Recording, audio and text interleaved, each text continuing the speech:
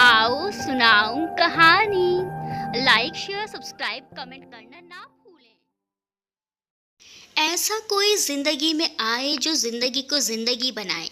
26 वर्षीय खूबसूरत व्यक्तित्व का मालिक संजय आईने के सामने खड़ा अपने गीले बालों को तौलिए से साफ करते हुए गुनगुना रहा था कि संजय के हमउम्र डैशिंग पर्सनैलिटी वाले युवराज ने कमरे में कदम रखा और तिरछी नजर से देखते हुए तंजिया अंदाज में मुस्कुराते हुए गुनगुनाने लगा। ऐसा कोई जिंदगी में आए जो इस गधे को आदमी बनाए। जल ले तू, जल ले, तवे के रंग जैसा कर लेगा अपना, लेकिन मेरा हुस्न पर कोई आंच नहीं आने वाली। संजय ने मुस्कुराते हुए बालों में ब्रश फेरते हुए कदा से कहा तो युवराज बिस्तर पर लेटकर आंखों पर बाजू रखते हुए बड़बड़ाया, अपनी तो किस्मत ही खराब है। क्यों, क्या तू रत्ना के हाथों का पका खाना खा के आ रहा है? नहीं, उसके पापा की डांट खा के आ रहा है। युवराज ने उखड़ा हुआ सा जवाब दिया। वैसे एक बात है, रत्ना के हाथ का पका खाना खाओ या उसके बाप की डांट, दोनों का ही एक ही मजा है।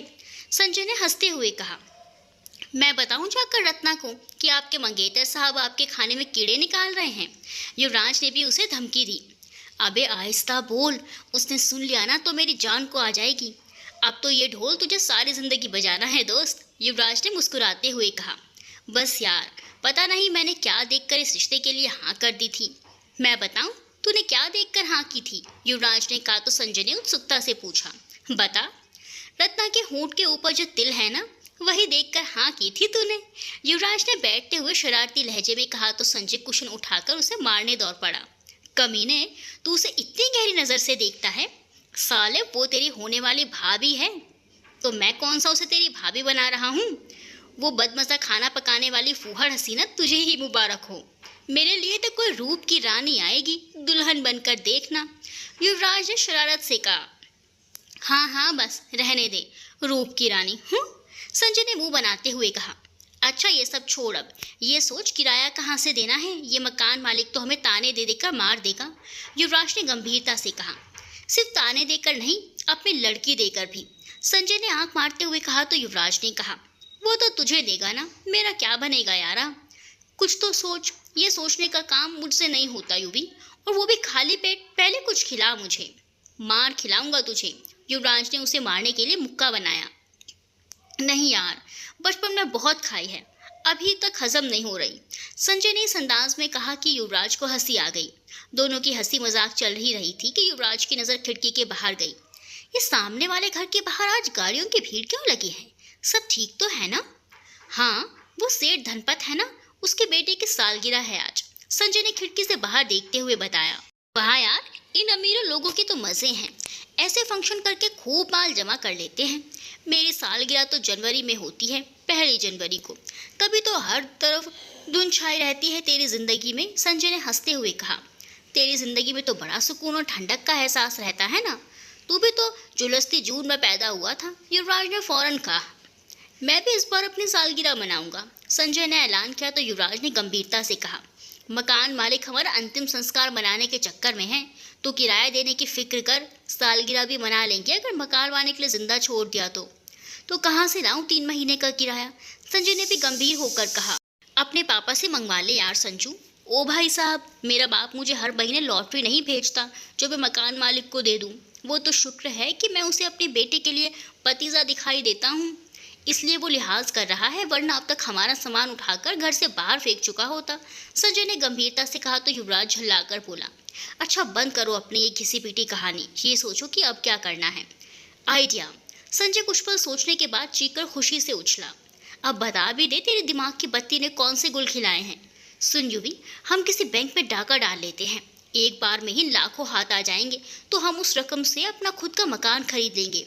कैसा लगा मेरा आइडिया? बिल्कुल बकवास है तेरी तरह, युवराज ने मुंह बिचकाते हुए कहा। इतनी जल्दी तो यही सोचा और किया जा सकता है, संजय ने कंधे उचका कर कहा। तो ऐसा है, तू कर ले जा, डाल ले डकैती, हराम खाने से मरना बेहतर है, युवराज ने तब कर कहा। जीना हराम हो जाए तो हराम भी हलाल हो जाता है मेरे दोस्त, भूल गया 3-3 दिन हमने इस शहर में भूखे पेट गुजारे हैं। अगर तुझे अखबार बेचने का काम ना मिलता तो मैं मुफ्त में रत्ना के पापा के जनरल स्टोर में सेल्समैन की नौकरी ना कर रहा होता, तो हमें ये सर छुपाने का आसरा और पेट की आग बुझाने का ईंधन भी नहीं मिलता। हक ना मिले तो छीनना पड़ता है। कहाँ कहाँ हमने धक्के नहीं खाए जॉब की तलाश में। और तुझे क्या लगता है युवी कि जो बड़े बड़े बंगलों और कीमती गाड़ियों में रहते हैं उनकी ये एक नंबर की कमाई है? ये सब हराम का पैसा है। हम 4 दिन की जिंदगी में सिसकते तड़पते और तरसते रहें और दूसरे ऐश और आराम से जिंदगी बसर करें। क्यों यार? क्या हमारा हक नहीं है जिंदगी की खुशियों को और ऐश पर? क्या हमें अच्छी जिंदगी जीने का अधिकार नहीं है? संजय जज्बाती हो गया था। युवराज ने गहरा सांस लिया। मेरे यार, खुशियाँ अगर रुपया पैसा और दौलत से खरीदी जा सकती तो दुनिया के सारे दौलतमंद खुश और निश्चिंत नजर आते, मगर ऐसा नहीं है। तुझे शायद ही कोई दौलतमंद खुश और निश्चिंत नजर आएगा। हर किसी के साथ कोई न कोई परेशानी और मुसीबत लगी हुई है।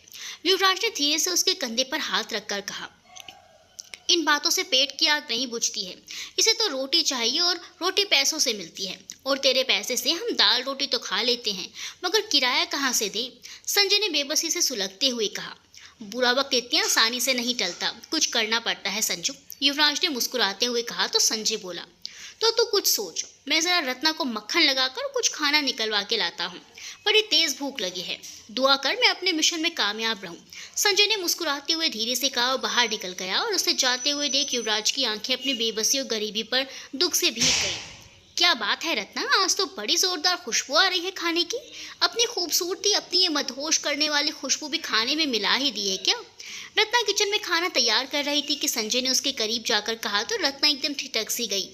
आप ऐसे कैसे आ जाते हैं अचानक से? पापा ने देख लिया तो? देखते हैं तो देखते रहे, आखिर अपनी होने वाली बीवी से बात कर रहा हूँ। अच्छा प्लीज़ अब जाइए। जी नहीं।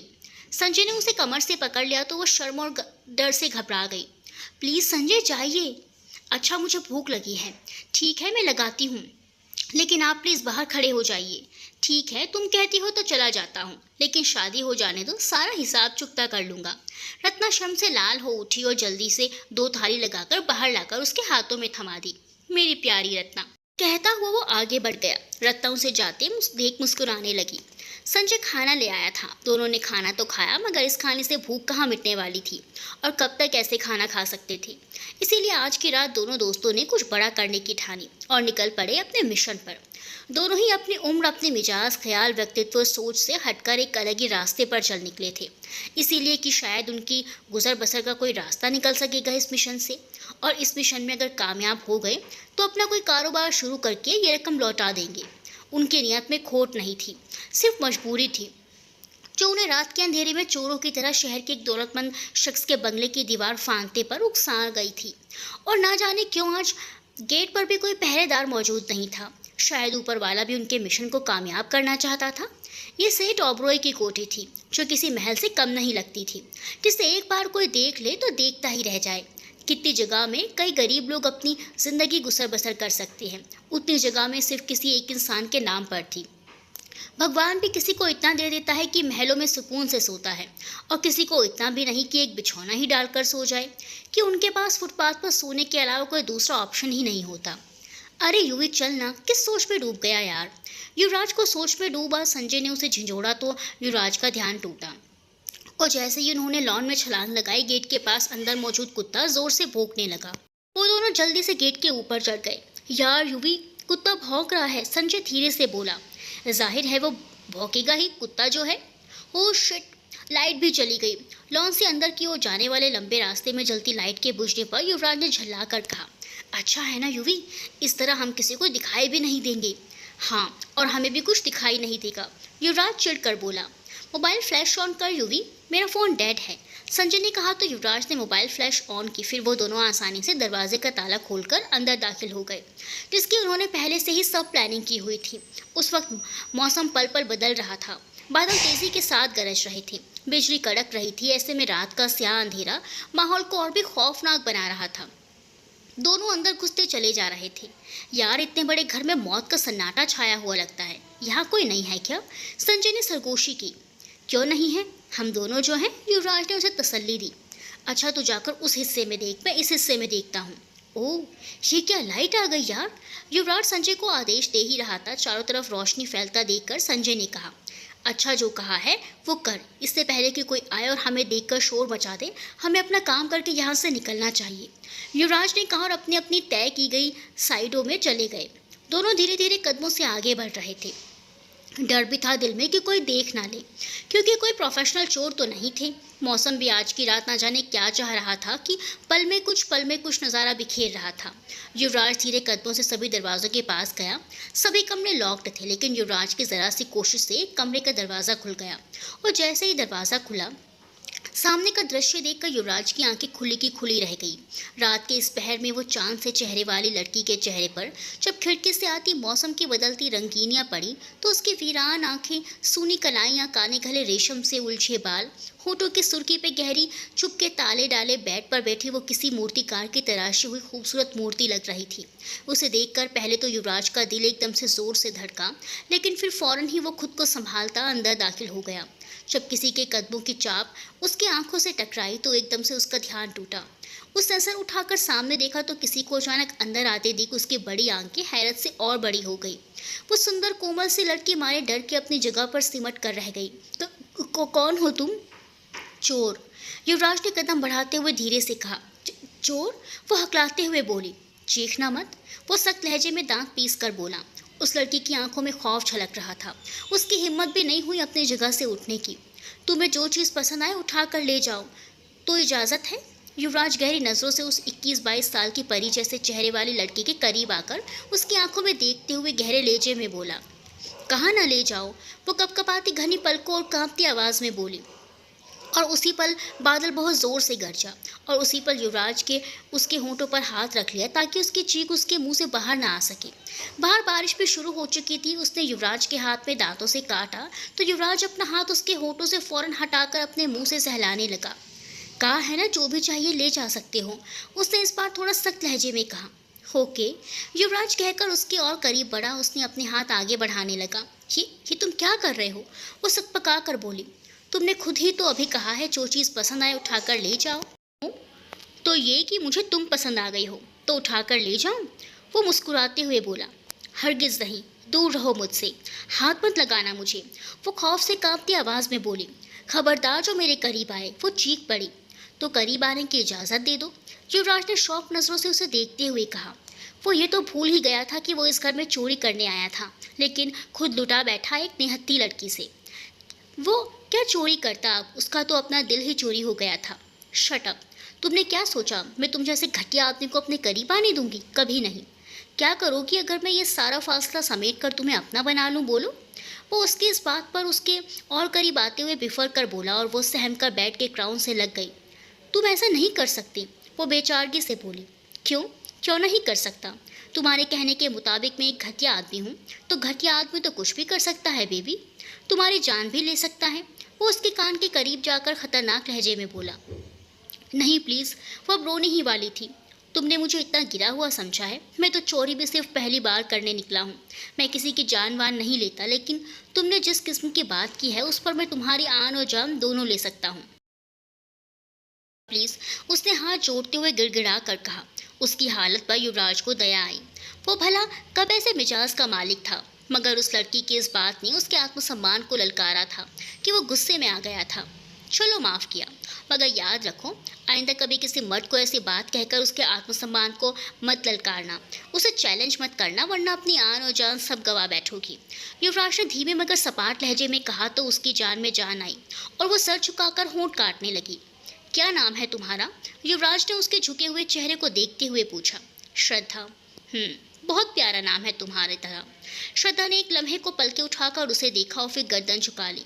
तुम चोरी क्यों करने निकले हो? श्रद्धा ने हिम्मत करके पूछ ही लिया। यूं ही शौक में, हॉबी के लिए। वो कंधा उचकाकर मुस्कुरा कर बोला। कोई अच्छी हॉबी नहीं मिली थी तुम्हें? नहीं जी, मैं कुछ अलग करने का कायल हूँ हर काम में। कभी कभी इस तरह की हरकत दूसरों के लिए तकलीफ और आपके लिए कभी ना कभी जिल्लत और शर्मिंदगी बन सकती है। श्रद्धा ने उसके शानदार व्यक्तित्व को देखते हुए कहा। जानता हूँ, वो गहरा सांस लेकर बोला। फिर भी ऐसे काम करते हो और दरवाजे तो लॉक्ड थे, तुम अंदर कैसे आ गए? एक चोर से ये पूछना कि वो घर के दरवाजे कैसे खोलकर अंदर आ गया, काफ़ी मूर्खतापूर्ण सवाल है ना? युवराज ने मुस्कुराते हुए उसकी झील सी आंखों में देखते हुए कहा तो वो शर्मिंदा सी हो गई। उससे नजरें हटाकर युवराज ने मुस्कुराते हुए मोबाइल पर संजय को एक लंबा चौड़ा मैसेज किया और उसी वक्त संजय की कॉल आ गई, क्योंकि संजय को युवराज की सारी बात जो उसने मैसेज में लिखकर संजय के पास भेजी थी उससे मजाक लगी थी। हाँ संजू बोल, क्या बकवास लिखा है तूने यूवी? जो लिखा है सच है। तुरंत बंदोबस्त का, मैं गंभीर हूँ और ज़रा भी देर नहीं होनी चाहिए, तुरंत आ जाओ। ओके यार, संजय ने कहा और युवराज ने मोबाइल ऑफ कर दिया। बाहर अभी भी तेज़ बारिश हो रही थी। किसे बुला रहे हो? श्रद्धा ने उसे गौर से देखते हुए पूछा। बारातियों को। क्या? वो हैरत, खौफ और सदमे में एकदम चीखी। घबराओ नहीं, मैं इतना बुरा और अधार्मिक नहीं हूँ। कानून और धर्म को समझता हूँ। कोई गैर कानूनी काम नहीं करूँगा तुम्हारे साथ। वो उठकर खड़ा हुआ और उसकी अलमारी खोलकर देखने लगा। श्रद्धा को उसकी बात समझ नहीं आई। वो बस हैरत से उसे देखे गई। ये सब कपड़े तुम्हारे हैं? युवराज ने कपड़े देखते हुए पूछा। जी नहीं, आपके हैं। वो हंसकर उसके तपे हुए चेहरे को गौर से देखते हुए बोला। हाँ, ऐसा भी हो सकता है। अब तुम्हारी अलमारी में मेरे कपड़े भी मौजूद होने चाहिए। इसका बंदोबस्त मैं करने वाला हूँ। तुम ये ड्रेस पहनकर तैयार हो जाओ। युवराज ने सबसे शानदार रेड ड्रेस निकालकर उसकी तरफ आते हुए कहा। क्यों? वो हैरान परेशान उसे देखते हुए बोली। क्योंकि इस तूफानी बारिश में तुम्हारे लिए ब्राइडल ड्रेस का इंतजाम करना मुमकिन नहीं, इसीलिए ये ड्रेस पहन लो। तुम तो इसमें भी कयामत लगोगी, युवराज ने गंभीरता से कहा। तुम? ओ नो, तुम? Oh my God! वो उसकी बातों से उसके इरादों को समझ चुकी थी। खौफ के मारे वो पूरी हिल गई। तुम नहीं, आप हूँ। युवराज ने उंगली उठाकर उसे टोका। आप? वो आंखें फाड़े डर से बोली। तुम क्या कह रहे हो? मेरे साथ शादी? क्या? वो तेज से चीख पड़ी। युवराज ने करीब आकर उसके होंठों पर हाथ रखा। चिल्लाओ नहीं यार, शादी करनी है इसीलिए ही कह रहा हूँ कि कपड़े पहन लो। मैं नहीं पहनूंगी, वो बिफर गई। देखो, आराम से पहन लो, वरना मैं खुद भी पहना सकता हूँ। खबरदार जो मुझे हाथ लगाया तो। वो बिदक कर उसे घूरते हुए बोली। हाथ लगाने का हक ही हासिल करना चाहता हूँ, इसीलिए वही करो जो कह रहा हूँ। युवराज ने अपनी पिस्तौल निकालकर उसकी तरफ करके गंभीर लहजे में कहा तो वो डर के मारे बेबसी से कपड़े उठाती वॉशरूम चली गई। 10 मिनट बाद वो कपड़े बदलकर बाहर निकली तो युवराज मोबाइल पर किसी से बात कर रहा था। उसकी तरफ निगाह उठी तो पलकें झपकना ही भूल गई। वो हुस्न और मासूमियत का शाहकार किसी कलाकार की सर्वोत्तम कृति लग रही थी। वो डर और शर्म से सुर जोड़े में खड़ी पलकें झपका रही थी। युवराज एकटक उसे ही देखता रहा। जिसकी नजरों की तपिश श्रद्धा से अब बर्दाश्त नहीं हो रही थी। वो धीरे से कदम बढ़ाकर उसके करीब आया तो उसकी धड़कनें और ज्यादा तेज दौड़ने लगी। युवराज ने थोड़ा झुककर जैसे ही अपना चेहरा उसके करीब किया, उसने डर कर कस के आंखें बंद कर ली। युवराज ने अपनी गर्म सांसों की फूंक से उसके चेहरे पर आई लट को पीछे धकेल दिया, फिर मुड़कर आगे कदम बढ़ा दिए। उसने अपनी आंखें खोल ली। युवराज फिर से पलटा। अब मैं संजय को बताऊंगा कि मुझे मरने से पहले ही हूर मिल गई है, श्रद्धा मिल गई है। वो होले से बोलता फिर से उसके सामने आकर रुक गया। जबरदस्त, मेकअप की ज़रूरत ही नहीं, फिर भी हल्का सा मेकअप कर लो, दुल्हन पर रौनक आ जाएगी। युवराज ने ऐसे कहा जैसे उससे बरसों की जान पहचान हो, मोहब्बत चाहत का रिश्ता हो। श्रद्धा ने नजरें चुराकर कदम ड्रेसिंग टेबल की तरफ बढ़ा दिए और हल्का सा मेकअप किया और बेड पर आकर बैठी। रात के 2:30 बज रहे थे। वो बेचैनी से अपने हाथों को आपस में कभी रगड़ रही थी, कभी बीच रही थी। तकिए के नीचे उसका मोबाइल रखा था। उसने कुछ सोचकर मोबाइल की तरफ हाथ बढ़ाया ही था कि युवराज झपट कर करीब आया और उसका मोबाइल उठा लिया। तुम क्यों मुझे मजबूर कर रहे हो कि मैं तुम्हारे साथ तुम्हें हाथ लगाऊं? मैंने क्या किया? हाय, इस सादगी पर कौन न मर जाए खुदा। तो मर जाओ ना, जान छोड़ो मेरी, श्रद्धा ने गुस्से और बेबसी से भीगती आवाज़ में कहा तो वो बस हंस दिया। तुम्हारी जान तो अब मर कर ही छोड़ूंगा। बरगद के पेड़ कट जाएं तो उनकी छांव में बैठने वाले बरसती बारिशों में भी धूप में आ जाते हैं हमेशा के लिए। श्रद्धा ने दुख भरे लहजे में कहा। मैं इतना कमज़ोर नहीं हूँ कि तुम्हें साया ना दे सकूँ। कमज़ोर ना होती तो पिस्तौल हाथ में लिए यूँ चोरों की तरह मेरे घर में दाखिल ना होती। श्रद्धा ने गहरे तंज से कहा तो वो शर्मिंदा हो गया। और रही बात चोरों की, तो चोर तो यहाँ पहले ही बहुत है। तुम्हें मेरे सिवा और क्या चाहिए इस घर में? श्रद्धा ने उसे खामोश कर देख कर पूछा। तुम्हारे सिवा कुछ नहीं चाहिए, कुछ भी नहीं, युवराज ने दिल और ईमानदारी से कहा तो वो उसकी आंखों में झलकती सच्चाई को देखकर ऊपरी दिल से रजामंद हो गई। मगर रूह पर जो घाव लगे थे उसके, वो उसका यकीन एतबार पहले ही छीन कर ले गए थे। कुछ देर बाद युवराज के कहने पर घर के नौकरों को श्रद्धा ने इंटरकॉम पर बैल देकर बुला लिया था। कैलाश जी और सविता जी दोनों पति पत्नी ओबरॉय साहब के वफादार थे, जो श्रद्धा की पैदाइश से पहले से ही ओबरॉय विला में रह रहे थे। दीनानाथ काका भी 20 साल पुराने सहायक थे ओबरॉय परिवार के। इतनी रात गई श्रद्धा के इस तरह बुलाने पर पहले तो वो सब हैरान परेशान हो गए, लेकिन जब मामले की हकीकत और नज़ाकत का पता चला तो वो सब भी गवाह के तौर पर रजामंद हो गए थे। संजय करीबी मंदिर के पंडित को बड़ी मुश्किल से साथ ले आया था। कुछ देर बाद ही दोनों परिणय सूत्र में बंधकर पति पत्नी बन गए। ये सब इतनी जल्दी हो गया कि श्रद्धा तो बस बेसुध सी बनी इसमें शामिल हो गई। युवराज अब ओबेरॉय परिवार का हिस्सा था। वो नहीं जानती थी कि आगे आने वाले वक्त में उसके साथ क्या होगा। वो एक चोर की बीवी बन चुकी थी। वो जाकर सोफे पर बेसुध सी गिर पड़ी। पहले तो उसे अपनी बेबसी पर बहुत हंसी आई, फिर अचानक वो फूट फूट कर रोने लगी। युवराज ने उसके करीब पहुंचकर उसके कंधे पर हाथ रखा तो उसने उसका हाथ झटक दिया, लेकिन युवराज बहुत खुश था। एक गलत कदम ने एक सही काम करा दिया था। कैलाश जी, सविता जी, काका और बाकी सभी नौकर मुंह मीठा करने कराने के बाद बाहर बने अपने क्वार्टर में चले गए थे। श्रद्धा भी अपने कमरे में चली गई थी। हॉल में अब सिर्फ युवराज और संजय रह गए थे। वाह यार, तूने तो बड़ा लंबा हाथ मारा है। सेठ की इकलौती बेटी से शादी न जाके इस जायदाद का इकलौता वारिस बनकर बैठा है। बड़ी कमाल की चीज़ है तू यूवी। संजय ने मुस्कुराते हुए कहा। बकवास ना कर, तू क्या मुझे जानता नहीं है? युवराज ने उसे डपट दिया तो संजय बोला, दौलत लेने आए थे, लड़की लेकर जाएंगे। अब नहीं, सुबह जाएंगे। अब घर जाएंगे तो तेरे होने वाले ससुर जी नाक में दम कर देंगे सवाल कर करके। पता नहीं वो क्या समझ बैठे। हाँ यूवी यार, कहता तो ठीक है। चल मैं भी कोई कमरा देखकर सो जाता हूँ। ये चोरी डाका हमारे बस का काम नहीं है। शुक्रिया संजू, दोस्त हो तो तेरे जैसा। अच्छा, ज़्यादा बन मत। चल अपनी बीवी के पास जा, सुबह मिलेंगे। बेस्ट ऑफ लक, संजय ने मुस्कुराते हुए कहा और गले मिलकर एक रूम में चला गया। सेठ मुकुल ओबेरॉय शहर के नामचीन बिजनेसमैन और सामाजिक क्षेत्र में सर्वप्रिय थे। उनकी पत्नी मिसेस अनुराधा ओबेरॉय और ओबेरॉय साहब 10 दिन पहले एक रोड एक्सीडेंट में मारे गए थे। श्रद्धा ओबेरॉय उनकी इकलौती लाडली और चहेती बेटी थी, जो कि बहुत खूबसूरत, मासूम और सच्चाई पसंद लड़की थी, जो करोड़ों की मालकिन थी। लेकिन गुरूर उसमें रत्ती भर भी नहीं था। श्रद्धा अभी बस बीएससी लास्ट ईयर के एग्जाम्स देकर फ्री हुई थी कि इतना बड़ा झटका उसे अपने माता पिता के जाने का लगा, जिससे वो अभी उभरी भी नहीं थी कि बैठे बिठाई ये नई मुसीबत उसके सर पर आन पड़ी। ओबेरॉय साहब ने अपनी ज़िंदगी में ही अपनी प्रॉपर्टी का कुछ हिस्सा दान देकर बाकी सारी जायदाद श्रद्धा के नाम कर दी थी, और ये बात श्रद्धा के ताऊ और मामा को भी बता दी थी। और अब उनके चले जाने के बाद वो दोनों ही श्रद्धा की जायदाद हड़पने के तरह तरह के हथकंडे अपनाने में लगे थे, जिसमें सबसे बड़ा और कारगर हथकंडा उन्होंने ये अपनाया था कि अपनी पत्नी के भाई के बेटे से, यानी अपने साले के लड़के से श्रद्धा की शादी करवाकर उसकी सारी जायदाद अपने अंडर करवाना चाहते थे। ओबेरॉय साहब बहुत खुले और नेक दिल इंसान थे, जो अपने रिश्तेदारों पर भी दिल खोल कर खर्च करते थे। उनकी अचानक दर्दनाक मौत के बाद श्रद्धा के ताऊ और मामा दोनों अपनी अपनी बीवियों के साथ ओबेरॉय विला में आकर ठहर गए थे, और दोनों अपनी चाल चलने के लिए अपने अपने मकसद में लगे श्रद्धा को शीशे में उतार रहे थे। लेकिन श्रद्धा ने उनकी नियतों को भांप लिया था।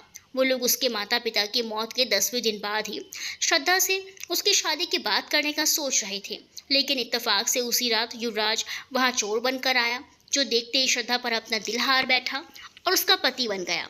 शायद इसीलिए ही श्रद्धा ने अपनों की खुदगर्जी, मक्कारी और दोहरे चरित्र से दुखी होकर युवराज से शादी करना स्वीकार कर लिया था, ये सोचकर कि अगर युवराज कुछ बुरा करेगा तो उसे ये गम तो नहीं होगा कि वो उसका रिश्तेदार है। वो उस वक्त अपने रिश्तेदारों के निशाने पर थी, जिस वक्त युवराज रात के अंधेरे में चोरी के मकसद से विला में दाखिल होकर कमरों की तलाशी के लिए निकला था। उसी वक्त उसे 2 अलग अलग कमरों में लोगों की मौजूदगी का एहसास हुआ था। वो तभी ठिठक कर वहाँ रुक गया था और अंदर से आती आवाज़ों पर अपने कान लगा दिए थे। हमें श्रद्धा के उस ताऊ किशन को कामयाब नहीं होने देना है। अगर श्रद्धा उनके साले के बेटे की पत्नी बन गई तो हमारे हाथ कुछ नहीं आएगा। आखिर वो परी सी बच्ची मेरी सगी भांजी है, इस नाते उसकी हर चीज़ पर मेरा अधिकार पहले बनता है। ये श्रद्धा के मामा मनोज की आवाज़ थी, जो उस कमरे में अपनी बीवी के साथ बातों में बिजी थी। किशन सगे ताऊ हैं श्रद्धा के, और वो तो शुरू से ही श्रद्धा से मोहब्बत भरा बर्ताव करते आ रहे हैं। श्रद्धा की मामी सुमन ने आंखें मटकाते हुए कहा। किशन की नज़र तो शुरू से ही ओबेरॉय भाई की दौलत और जायदाद पर थी, और अब वो इस दुनिया में नहीं रहे तो अब उस बच्ची के सर पर मुझे ही हाथ रखना है। मनोज मामा ने कहा तो युवराज हैरत और अफसोस से उनकी बातें सुनते आगे बढ़ गया। 2 कमरे छोड़कर एक और कमरे की जलती लाइट और अंदर से आती सरगोशियों ने फिर से उसके कदम वहीं रोक लिए। मैं भी देखता हूँ कि मनोज कैसे मेरी भतीजी को अपने साले की बहू बनाता है। मैं 20 साल से इस दिन का इंतज़ार कर रहा था और अब तो वो दिन आएगा और मैं कब श्रद्धा के खजाने की कुंजी अपने साले के बेटे से ब्याह करके उसकी सारी दौलत अपने कब्जे में कर लूँगा। भाई भाभी मर गए हैं तो अब कोई तीसरा मेरे इस इरादे में दीवार नहीं बन सकता। बनेगी तो मैं उसे धक्का देकर गिरा दूंगा। किशन ने दांत पीसते हुए कहा, अच्छा आप सो जाइए, ईश्वर ने चाहा तो ऐसा ही होगा। श्रद्धा और उसकी दौलत कहीं नहीं जाएगी। श्रद्धा की ताई ललिता ने कहा और दोनों हंस पड़े। युवराज उलझता अफसोस करता दबे पांव वहां से हट गया। उसके दिमाग में उस अनजान लड़की जिसे अभी तक युवराज ने देखा तक नहीं था, उसके रिश्तेदारों के नापाक इरादे जानकर सिर्फ उस मासूम का भविष्य घूम रहा था। उसने मेन दरवाज़ा लॉक कर दिया था ताकि उन चोरों में से कोई भी अपने कमरे से बाहर आए तो दूसरी तरफ ना आ सके और उनके काम में रुकावट ना डाल सके। वो अब चोरी का मकसद भूल गया था और उस बेबस और तन्हा लड़की के बारे में सोच रहा था कि वो इस वक्त कहाँ है और क्या वो अपने इन सारे रिश्तेदारों की चालबाजियों से वाकिफ भी है या नहीं। मुझे श्रद्धा नामी उस लड़की को इन लालची लोगों के चंगुल से आज़ाद कराना होगा, उनके फरेब से बचाना होगा। युवराज के दिल ने कहा तो दिमाग ने फौरन सवाल किया, कैसे? तुमने तो अभी तक उसे देखा तक नहीं है। वो यकीनन यही होगी, ये उसका ही बेडरूम होगा और वो अपने बेडरूम में ही होगी। ये एक रूम के बाहर खड़ा वो खुद से बोला। तो क्या करोगे तुम, कैसे बचाओगे उसे? दिमाग ने फिर बहस की। पता नहीं, वो उलझ कर बोला और इस उधेड़-बुन में उसने उस कमरे का दरवाज़ा खोला तो सामने खूबसूरत परी जैसी लड़की, उदास गुम में डूबी तन्हा लड़की उसकी आंखों को हैरान करती दिल पर दस्तक दे गई और वो आंखें फाड़े चंद लम्हे उसे देखता रह गया। वो समझ गया था कि श्रद्धा नामी लड़की यही है। उसके चालबाज रिश्तेदारों से उसे बचाने के लिए, उसके लिए रहमदिली, हमदर्दी और मदद से बेपरवाह होकर युवराज का दिल उस वक्त सिर्फ और सिर्फ अपने दिल के कहने पर उसे अपनी धड़कनों में बसाने और ज़िंदगी में लाने का तलबगार हो रहा था। सिर्फ और सिर्फ पहली नज़र की मोहब्बत पाने को बेताब हो रहा था। इसलिए बस उसे एक पल की देरी लगी फैसला करने में और खामोशी से उसने श्रद्धा से विवाह कर लिया था। वो अपने दिल में श्रद्धा के लिए मोहब्बत और एहसास महसूस कर रहा था। जिस तरीके से और जिन हालात में उसने श्रद्धा से शादी की, श्रद्धा इतनी आसानी से उसे दिल से स्वीकार नहीं कर पाएगी और वो इतना खुदगर्ज भी नहीं था कि ज़बरदस्ती उसे अपने से संबंध जोड़ने पर मजबूर कर देता। वो तो उसे बचाना चाहता था, इसीलिए और इस तरह से शादी करना ही इस सारे मसले और दिल के मामले का हल महसूस हुआ था उसे। और वो खुद भी हैरान था कि इतनी आसानी से ये सब कैसे होता चला गया था। शायद भगवान की भी यही मर्जी थी, यही किस्मत थी। वो किस्मत के इस लिखे पर बहुत खुश और निश्चिंत था। अपनी पहली नज़र की मोहब्बत को इतनी जल्दी में अपना बनाकर उसे अंदर तक जैसे सुकून पहुंच रहा था। हम दोनों के मिलन की खातिर रात में जुगनू ठहर गए हैं। युवराज ने श्रद्धा के कमरे में जाकर फूलों का गुलदस्ता उसकी गोद में रखते हुए कहा और प्लेट में मौजूद फूलों की पत्तियां उस पर न्यौछावर कर दी। श्रद्धा ने अपनी भीगी भीगी आंखों से युवराज की तरफ देखा तो युवराज का दिल बेकरार होकर तड़पकर बड़े जोर से धड़का। उसका दिल चाहा कि वो इस मासूम सी दुखी लड़की को अपने सीने में छुपाकर उसके सारे आंसू अपने दामन में समेट ले। शादी मुबारक हो। युवराज ने खुद को संभालते हुए पिस्तौल एक तरफ रखकर बेड पर कोहनी के सहारे लेटकर उस हसीन खूबसूरत को देखा और मुस्कुरा कर कहा, कितनी अलग है ना हमारी शादी, तो मुंह दिखाई भी यूनिक होनी चाहिए, है ना? युवराज ने कहा तो श्रद्धा ने एकदम उसके शानदार चेहरे को देखा तो दिल उथल पुथल होने लगा। वो 6 फीट 2 इंच का स्मार्ट कसरती बदन वाला सुर्ख व सफ़ेद रंगत का एक मजबूत मर्द था। वो किसी भी लड़की का आइडियल हो सकता था, मगर वो चोरी के इरादे से श्रद्धा के घर आया था। इस ख्याल ने ही श्रद्धा को एकदम से नफरत से भर दिया था। दुल्हा तो हमेशा ही दुल्हन को पहली रात को तोहफा देता है, मगर आज दुल्हन तोहफा देगी, श्रद्धा ने शोक भरे लहजे में कहा और पलके झपकते ही उसका पिस्तौल उठा लिया और उसको निशाने पर ले लिया। अरे ये क्या? युवराज मुस्कुराया। आपका तोहफा? वो कपकपाती आवाज़ में बोली। चलाना आता है? युवराज ने हंसकर पूछा। चलाना कौन सा मुश्किल काम है, श्रद्धा ने कहा तो युवराज ने झट से बेड से उतरा और उसके सामने जैकेट उतार कर खड़ा हो गया। उसकी लंबी चौड़ी फिट बॉडी को देख श्रद्धा का दिल एक बार को जोर से धड़का। अब चलाओ गोली। वो हाथ उठाए उसके सामने खड़ा था। श्रद्धा को युवराज से इस हरकत की बिल्कुल उम्मीद नहीं थी कि गोली खाने के लिए तैयार खड़ा हो जाएगा। ज़रूर पिस्तौल खाली होगी, वरना ये यूँ इतना बेखौफ होकर मेरे सामने खड़ा ना होता, श्रद्धा ने दिल में सोचा। वो उसकी निडर और बेखौफ हरकत देखकर खुद ही खौफ खा रही थी। अगर पिस्तौल में गोलियां मौजूद हैं तो वो उससे अपनी ज़िंदगी क्यों खतरे में डाल रहा है? शायद वो तुम पर अपनी मोहब्बत, अपने एहसास की सच्चाई की गहराई साबित करना चाहता हो। श्रद्धा का दिल दिमाग आपस में उलझ रहा था। कम ऑन बेबी, चलाओ ना गोली। क्या सारी रात इसी हालत में गुजारनी है? शाबाश, गोली चलाओ। युवराज ने मुस्कुराते हुए कहा तो वह बेड से नीचे उतर आई। उसके हाथ मारे डर के कांप रहे थे। पिस्तौल चलाना तो दूर की बात थी, उसने तो कभी पिस्तौल को हाथ भी नहीं लगाया था। युवराज को एक चोर, एक मुजरिम समझकर ना जाने किन उलझनों में घिरकर वो उसको गोली मारने को तैयार हो गई थी। मैं ऐसा क्यों कर रही हूँ? अगर मुझे युवराज पर गोली ही चलानी थी तो मैंने उससे शादी क्यों की? अगर उसे सच में गोली लग गई और कुछ हो गया तो मेरा क्या बनेगा? हजारों सवाल, तंजिया और घूरती नजरें, शक, जगहसाई, जिल्लत और जेल। फिर उसने अभी तक मुझसे कोई गलत सलूक भी तो नहीं किया, और फिर हो सकता है कि यही शख्स मेरी आज़ादी का सहारा बने। मुझे उससे सच में प्यार हो गया हो, पहली नज़र का प्यार। मगर मेरी दौलत। श्रद्धा क्या सोचने लगी? चलाओ गोली मेरी जान। श्रद्धा को सोचों में गुम देखकर युवराज ने थोड़ी ऊंची आवाज़ में कहा तो वो एकदम से अपनी सोच से बाहर आ गई, और अचानक उसने पूरी ताकत से ट्रिगर दबाया तो युवराज की हल्की सी चीख कमरे में गूंज उठी और वो नीचे कारपेट पर जा गिरा। पिस्तौल पर साइलेंसर लगा था, इसलिए गोली चलने की आवाज़ नहीं आई थी। पूरे कमरे में जैसे मातम पसर गया था। युवराज को नीचे गिरता और खून में डूबता देख श्रद्धा के तो होश ही उड़ गए। पिस्तौल उसके हाथ से छूटकर नीचे गिर गया और उसको आंखें फटी रह गई। ओह नो, ये मैंने क्या कर दिया? वो फौरन चीखते हुए युवराज की तरफ दौड़ी और युवराज अपना जख्मी बाजू लिए कारपेट पर गिरा कर रहा था। युवराज! श्रद्धा ने कांपती आवाज़ में उसका नाम पुकारा। कसम से बहुत ही गलत निशाना है यार तुम्हारा। गोली भी उसी तरह मेरे दिल में उतार देती जिस तरह तुम खुद मेरे दिल में उतर गई थी पल भर में। वो मुस्कुराते हुए थोड़ी दूर हटते हुए बोला। I am sorry. वो रोने लगी। फिक्र ना करो, मैं इस गोली से मरने वाला नहीं हूँ। मुझे मारने के लिए तो भगवान ना करे। श्रद्धा ने तड़प कर उसके होंठों पर अपना कोमल सा हाथ रख दिया और युवराज उसकी इस बेकरारी और बेचैन हरकत पर मुस्कुरा उठा। आपने मुझे रोका क्यों नहीं? मैं समझी थी कि पिस्तौल में गोली नहीं है, इसीलिए आप। अच्छा उठिए, मैं आपके बैंडेज कर देती हूँ। वो रोते हुए उसे सहारा देकर उठाने लगी तो युवराज मुस्कुराता हुआ बेड पर आकर बैठा। वो फर्स्ट एड बॉक्स लाई और जख्म साफ करके पट्टी बांधने लगी। वो तो शुक्र था गोली युवराज के बाएं बाजू को छू कर गुजर गई थी। जख्म ज़्यादा गहरा नहीं था। श्रद्धा पट्टी करती जा रही थी और रोती जा रही थी, और युवराज इस पागल लड़की की बेकरारी और तड़प देखकर हैरान और खुश होता सोच रहा था कि भगवान ने शादी के मंत्रों में, सिंदूर में, मंगलसूत्र में, शादी के पवित्र बंधन में कितनी ताकत रखी है कि दो अनजान और अजनबी इंसान एकदम से अपने दिलों में एक दूसरे के लिए मोहब्बत, एहसास, तवज्जो, ख्याल के जज्बात महसूस करते लगे। युवराज का मन क्या उसे अपनी बाहों में समेट ले, लेकिन अपने जज्बातों पर काबू पाते हुए उसके चेहरे पर छाई उसकी जुल्फों के साए को पीछे कर दिया।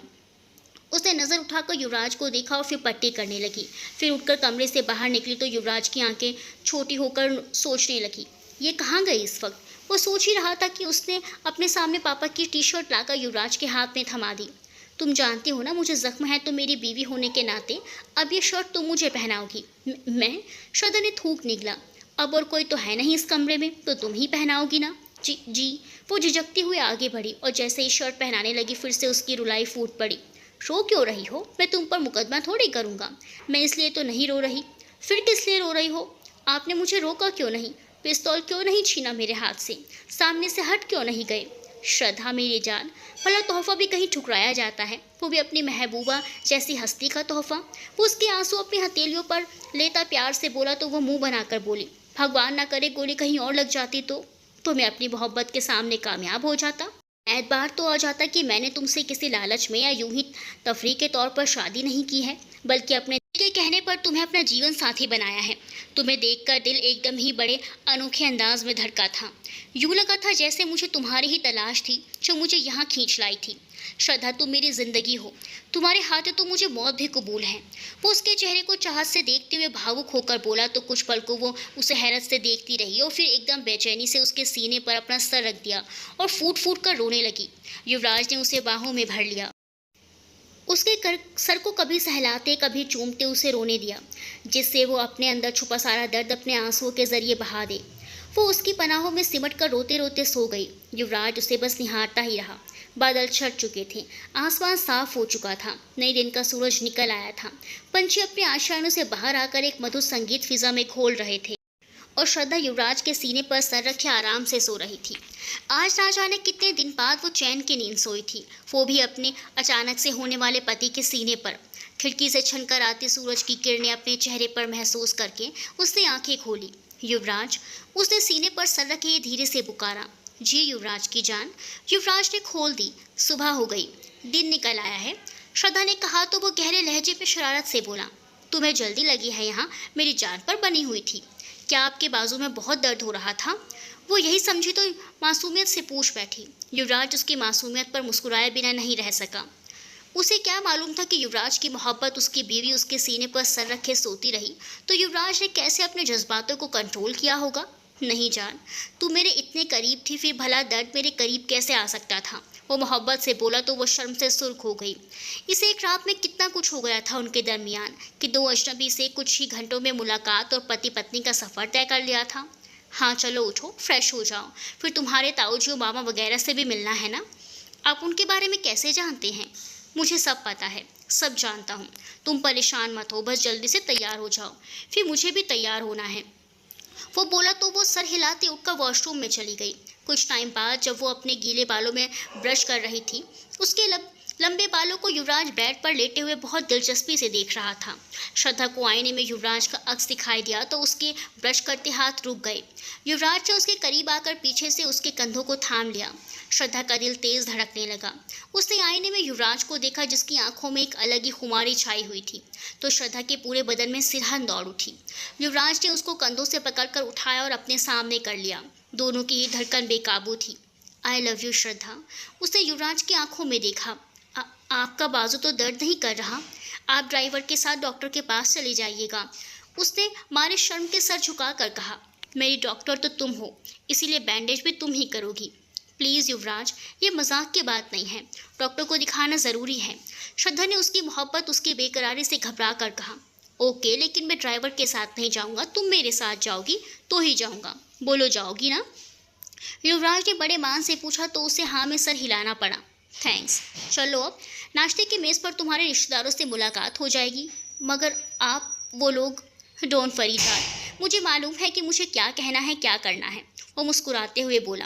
वो घबराई घबराई उसके साथ कमरे से बाहर निकली और दोनों डाइनिंग हॉल में पहुंचे, जहां मामा मामी ताया ताई पहले ही मौजूद थे। और जैसे ही उन दोनों पर नज़र पड़ी और श्रद्धा के सुहागन रूप पर नज़र पड़ी तो चारों की आंखें फटी रह गई और अपनी अपनी जगह पर उठ खड़े हुए। युवराज ने सबका अभिवादन किया। Please sit down. आप लोग खड़े क्यों हो गए? बैठिए ना। चारों कभी एक दूसरे को तो कभी युवराज श्रद्धा की ओर देखते। श्रद्धा, तुम भी बैठो ना। युवराज ने श्रद्धा के कंधे पर हाथ रखकर कहा और जब सब बैठ गए तो युवराज श्रद्धा के बगल में बैठ गया। नाश्ता ठंडा हो रहा है ताऊ जी, मामा जी, आप शुरू कीजिए ना। युवराज ने किशन और मनोज से कहा तो वो उसके इस अंदाज पर आंखें फाड़े देखने लगे। हाँ, मगर आप कौन हैं? किशन ने सवाल किया।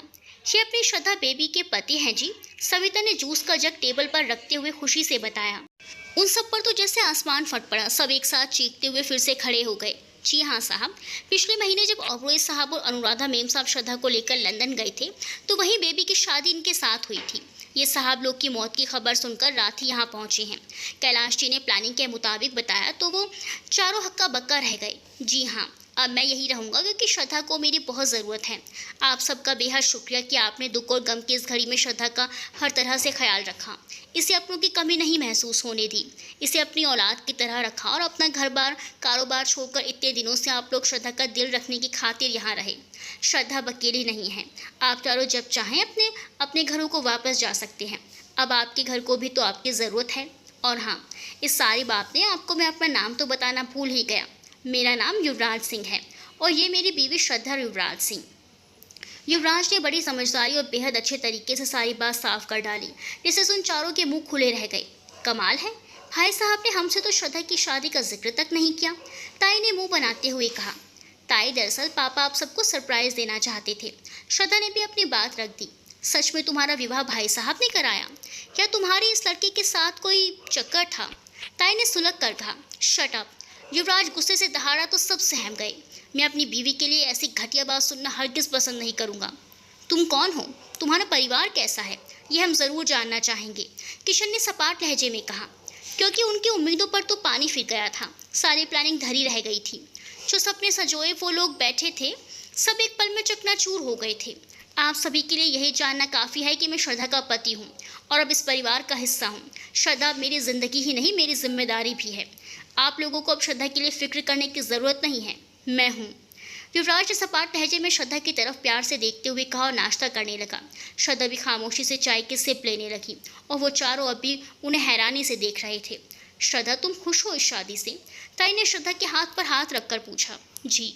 वो हैरानी से उसे देखने लगी और अपना हाथ हटा लिया। ये जी जो तुम अभी बोली हो, ये हैरत है या इकरार की? ताई ने दोबारा पूछा। अरे भाभी, आप इससे क्या पूछती हैं? रात ही तो इसका दुल्हा गम की इस घड़ी में इसके पास आया है। ये तो जब युवराज साहब के साथ कुछ दिन रहेगी तभी पता चलेगा ना कि ये कैसा है और उसके साथ शादी करके खुश है या नहीं। मामी ने तंजिया मुस्कुराते हुए कहा तो श्रद्धा और युवराज ने एकदम से एक दूसरे को देखा। मुकुल लाइब्रेरी अच्छा नहीं किया, किशन अफसोस और नफरती लहजे में बोला। अरे छोड़ो भाई साहब, अब मरे हुए की क्या बुराई करना, जो होना था वो तो हो ही गया, आप नाश्ता कीजिए। मामा मनोज ने गंभीरता से कहा और नाश्ता करने लगे। मेरी तो भूख ही मर गई है, किशन अपनी प्लेट पीछे करते हुए बोले। अरे ताऊ जी, आपको तो खुश होना चाहिए कि आपकी इकलौती भतीजी का घर बस चुका है, उसका पति उसके पास मौजूद है और आप बोल रहे हैं आपकी भूख मर गई। दिस इज़ नॉट फेयर ताऊ जी, युवराज ने मज़े से नाश्ता करते हुए मुस्कुराते हुए कहा।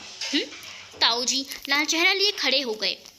कैलाश जी, ये सब लोग अपने अपने घरों को लौट जाएं तो गेस्ट रूम की अच्छी तरह सफाई करवा कर लॉक कर दीजिएगा। युवराज ने एक और तीर चलाया। उठो सब लोग, हम नाश्ता अपने घर पर जाकर कर लेंगे, तुरंत अपना सामान समेटो। ये लड़का श्रद्धा की जायदाद पर कब्जा करना चाहता है। हमें क्या खबर थी कि भाई के बाद हमारे साथ इस घर में गैरों सा सलूक होगा।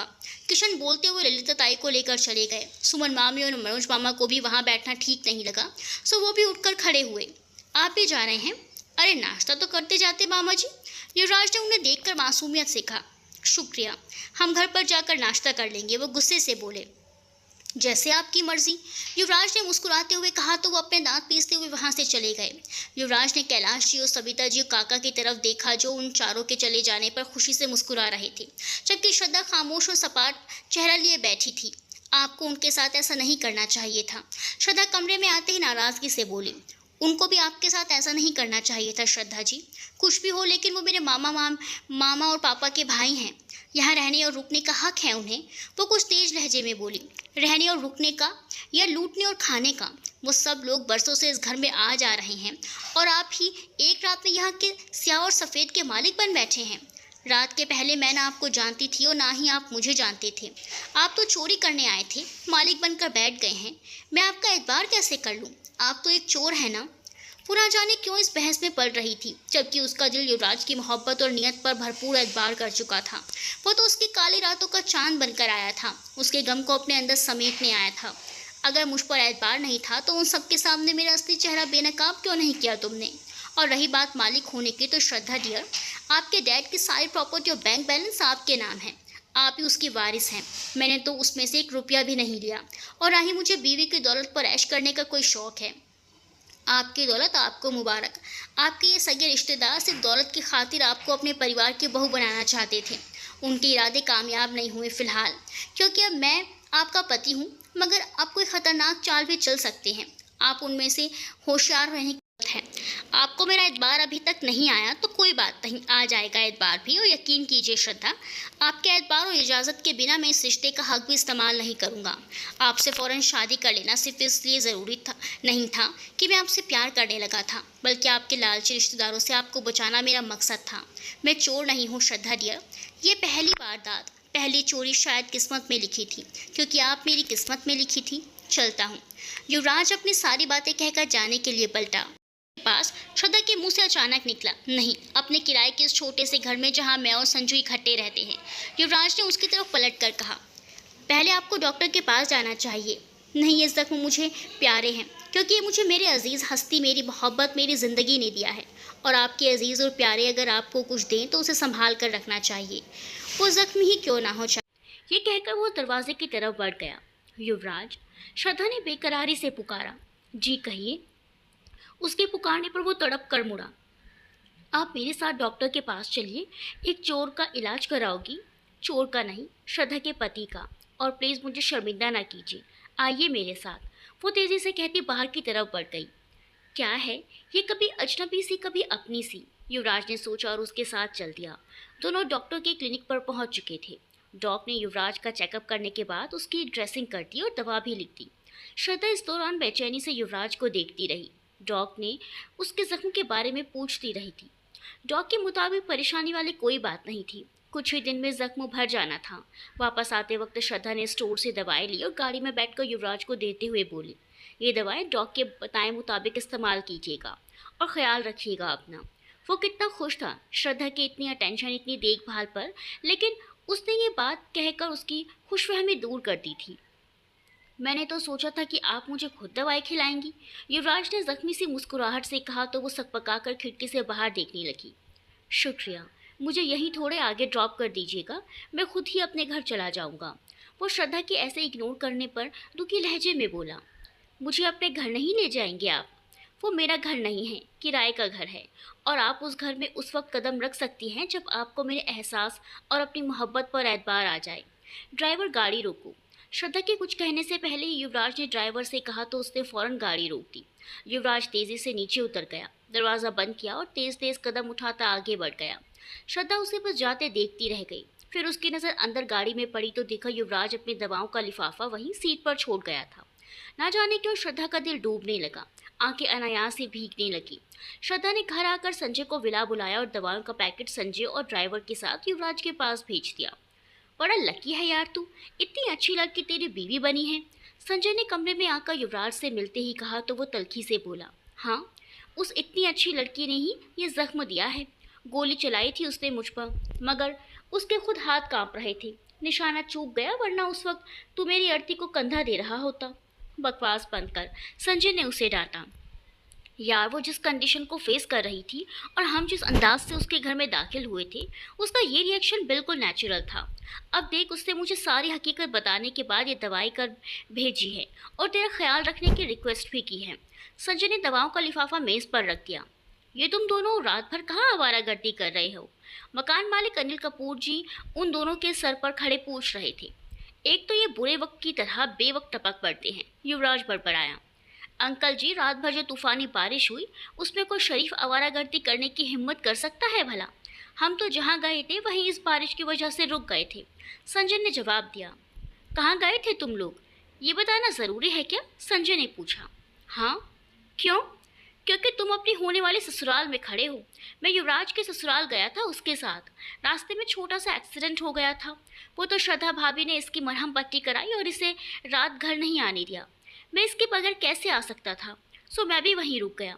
संजय ने गंभीरता से ठीक ठाक लफ्ज़ों में कुछ हकीकत, कुछ अफसाना उन्हें सुना दिया।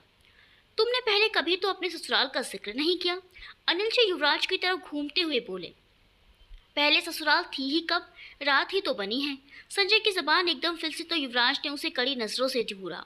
क्या कहा? अनिल जी ने संजय को हैरत से देखा। कुछ नहीं अंकल, संजय मुस्कुराते हुए बोला। कहीं तुम्हारी ससुराल हवालात तो नहीं? अनिल जी ने शंका भरी नज़रों से युवराज को देखा। ये क्या कह रहे हैं आप? संजय ने थोड़ी ऊंची आवाज़ में कहा तो वो सकपका गए।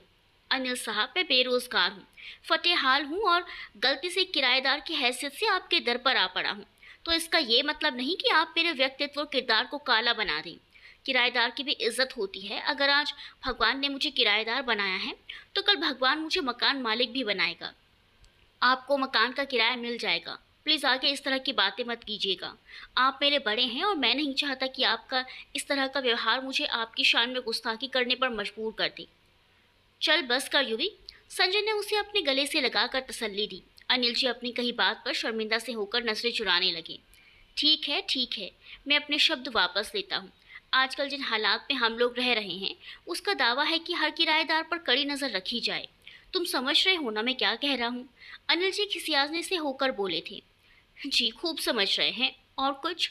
संजय ने युवराज को बेड पर बिठाते हुए कहा। तुम अभी जिस गाड़ी में यहाँ आए थे वो किसकी थी? युवराज के ससुराल की। तो ये पैदल क्यों आया? ये अकल से पैदल है ना, इसलिए, संजय ने शोक लहजे में कहा। संजू, युवराज ने उसके बाजू पर मुक्का मारते हुए टोका। ओह, वो दरअसल युवराज की ससुराल करोड़पति है और ये उनका एहसान नहीं लेना चाहता, इसीलिए पैदल मार्च को पसंद किया। हाय, जब बेटी ले ली है तो एहसान कैसा? सही कहा आपने, मगर युवराज का फंडा, इसकी सोच कुछ ज़रा हटकर है। आप चलिए मेरे साथ, मैं आपको समझाता हूँ, संजय ने गंभीरता से कहा और उन्हीं कंधों से पकड़कर कमरे से बाहर ले गया। युवराज बिस्तर पर लेटकर आंखें मूंद कर श्रद्धा के बारे में सोचने लगा। श्रद्धा, ये मैंने क्या सुना है, तुम्हारी शादी हो चुकी है? श्रद्धा के मामा मनोज के साले का बेटा योगेश उसके सामने बैठा बेचैनी से बोला, तो उसने इत्मीनान से जवाब दिया, हाँ तुमने ठीक सुना है। I don't believe this. वो उठकर इधर से उधर टहलते हुए बेबसी से बोला, कहो तो मैं तुम्हें सबूत दिखाऊं? नहीं, लेकिन श्रद्धा मैं तुम्हें पसंद करता हूँ। मेरे भगवान की मर्जी और पसंद ही मेरी पसंद है। तकदीर ने युवराज को मेरा जीवन साथी चुन रखा था, सो वह मुझे मिल गया। तुम मेरा ख्याल अपने दिमाग से दिल से निकाल दो, किसी अच्छी सी लड़की से शादी कर लो। श्रद्धा ने बड़े आराम से उसे कहा, श्रद्धा तुमसे तो मेरा फ्यूचर जुड़ा है, मुझसे या मेरे करोड़ों की जायदाद से।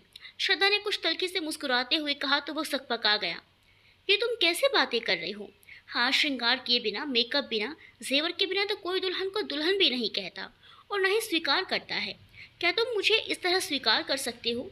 श्रद्धा हद से ज़्यादा गंभीर होकर बोल रही थी। क्या मतलब?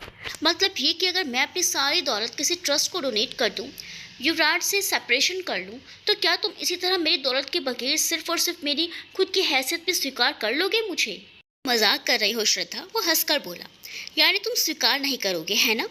श्रद्धा ने उसकी आंखों में देखते हुए कहा तो वो गड़बड़ा गया। ये बात नहीं है, तुम तो इतनी सुंदर हो कि तुम्हें किसी मेकअप की ज़रूरत ही नहीं है। लेकिन तुमको अंकल आंटी से इतने ऐशो आराम से पाला है, फिर भला तुम ये सब कुछ डोनेट करके ऐशो आराम के बगैर कैसे रह सकोगी? क्यों? क्या तुम में इतनी भी हिम्मत नहीं है कि तुम अपनी बीवी को ये सारे ऐशो आराम दे सको? श्रद्धा ने उसकी असलियत एक्सपोज होते देखकर अफसोस से मुस्कुराते हुए कहा, हाँ, मगर मुझे उस मुकाम तक पहुंचने में बरसों लग जाएंगे और हो सकता है किस्मत मेरा साथ ना दे और मुझे ये सब कुछ हासिल ना हो सके। हाँ, ये आखिरी बात है, सही बोली है तुमने योगेश। किस्मत ने तुम्हारा साथ नहीं दिया और अब तुम ये सब हासिल नहीं कर सकते। अब तो तुम्हें अपने बाजुओं, अपनी मेहनत पर ही भरोसा करना पड़ेगा और ये सब कमाना पड़ेगा। श्रद्धा ने गहरे लहजे में कहा तो वो जाने के लिए उठ खड़ा हुआ। हाँ ओके, मैं चलता हूँ, किसी चीज़ की ज़रूरत हो तो मुझे ज़रूर बताना। मुझे किसी चीज़ की ज़रूरत होगी तो अपने पति युवराज को बताऊंगी, तुम्हें नहीं। और हाँ, इस गम की घड़ी में मेरा ख्याल रखने के लिए बहुत बहुत शुक्रिया। हम रिलेटिव्स हैं, मिलते रहेंगे। Okay, take care. You too, bye. Yogesh ने मरे मरे अंदाज में कहा और बाहर चला गया। श्रद्धा उनकी अस्तित्व से अच्छे से जान चुकी थी, मगर उन्हें पूरी तरह ना तो छोड़ सकती थी और ना ही उनसे बिगाड़ सकती थी। युवराज पर भी कभी उसका दिल यकीन करने लगता था तो कभी दिमाग शक के जाले बुनने लगता था। वो अजीब कश्मकश में उलझी हुई थी और युवराज को चाहते हुए भी अच्छी तरह आजमा कर हमेशा के लिए उसकी पनाहों में जाना चाहती थी। रात का पिछला पहर था। श्रद्धा को बेचैनी और घबराहट ने घेर रखा था। वो बेड पर करवटें बदलती, कभी उठकर इधर से उधर टहलने लगती। उसे इस वक्त एक मजबूत सहारे और पनाह की ज़रूरत बहुत शिद्दत से महसूस हो रही थी। युवराज, उसकी ज़ुबान पर अनायास से युवराज का नाम आ गया। वही तो है मेरा सहारा, मेरी पनाहगाह, जिंदगी की काली रातों का चांद। युवराज सिंह ही अब मेरा सब कुछ है। श्रद्धा ने मुस्कुराते हुए खुद से कन्विंस किया। तभी भी एकदम उसे महसूस हुआ कि उसके कमरे में धुएं की बू फैल रही है। फिर उसे दरवाज़ों और खिड़कियों के पास से धुआं निकलता नजर आया। वो चीख मारकर बिस्तर से नीचे उतर आई। उसने दरवाज़ा खोलना चाहा मगर दरवाज़ा बाहर से लॉक्ड था। युवराज, युवराज, वो ज़ोर ज़ोर से चिल्लाने लगी। कैलाश काका, दीनू काका, काकी, हे भगवान मेरी मदद करो, मम्मा, पापा, पापा।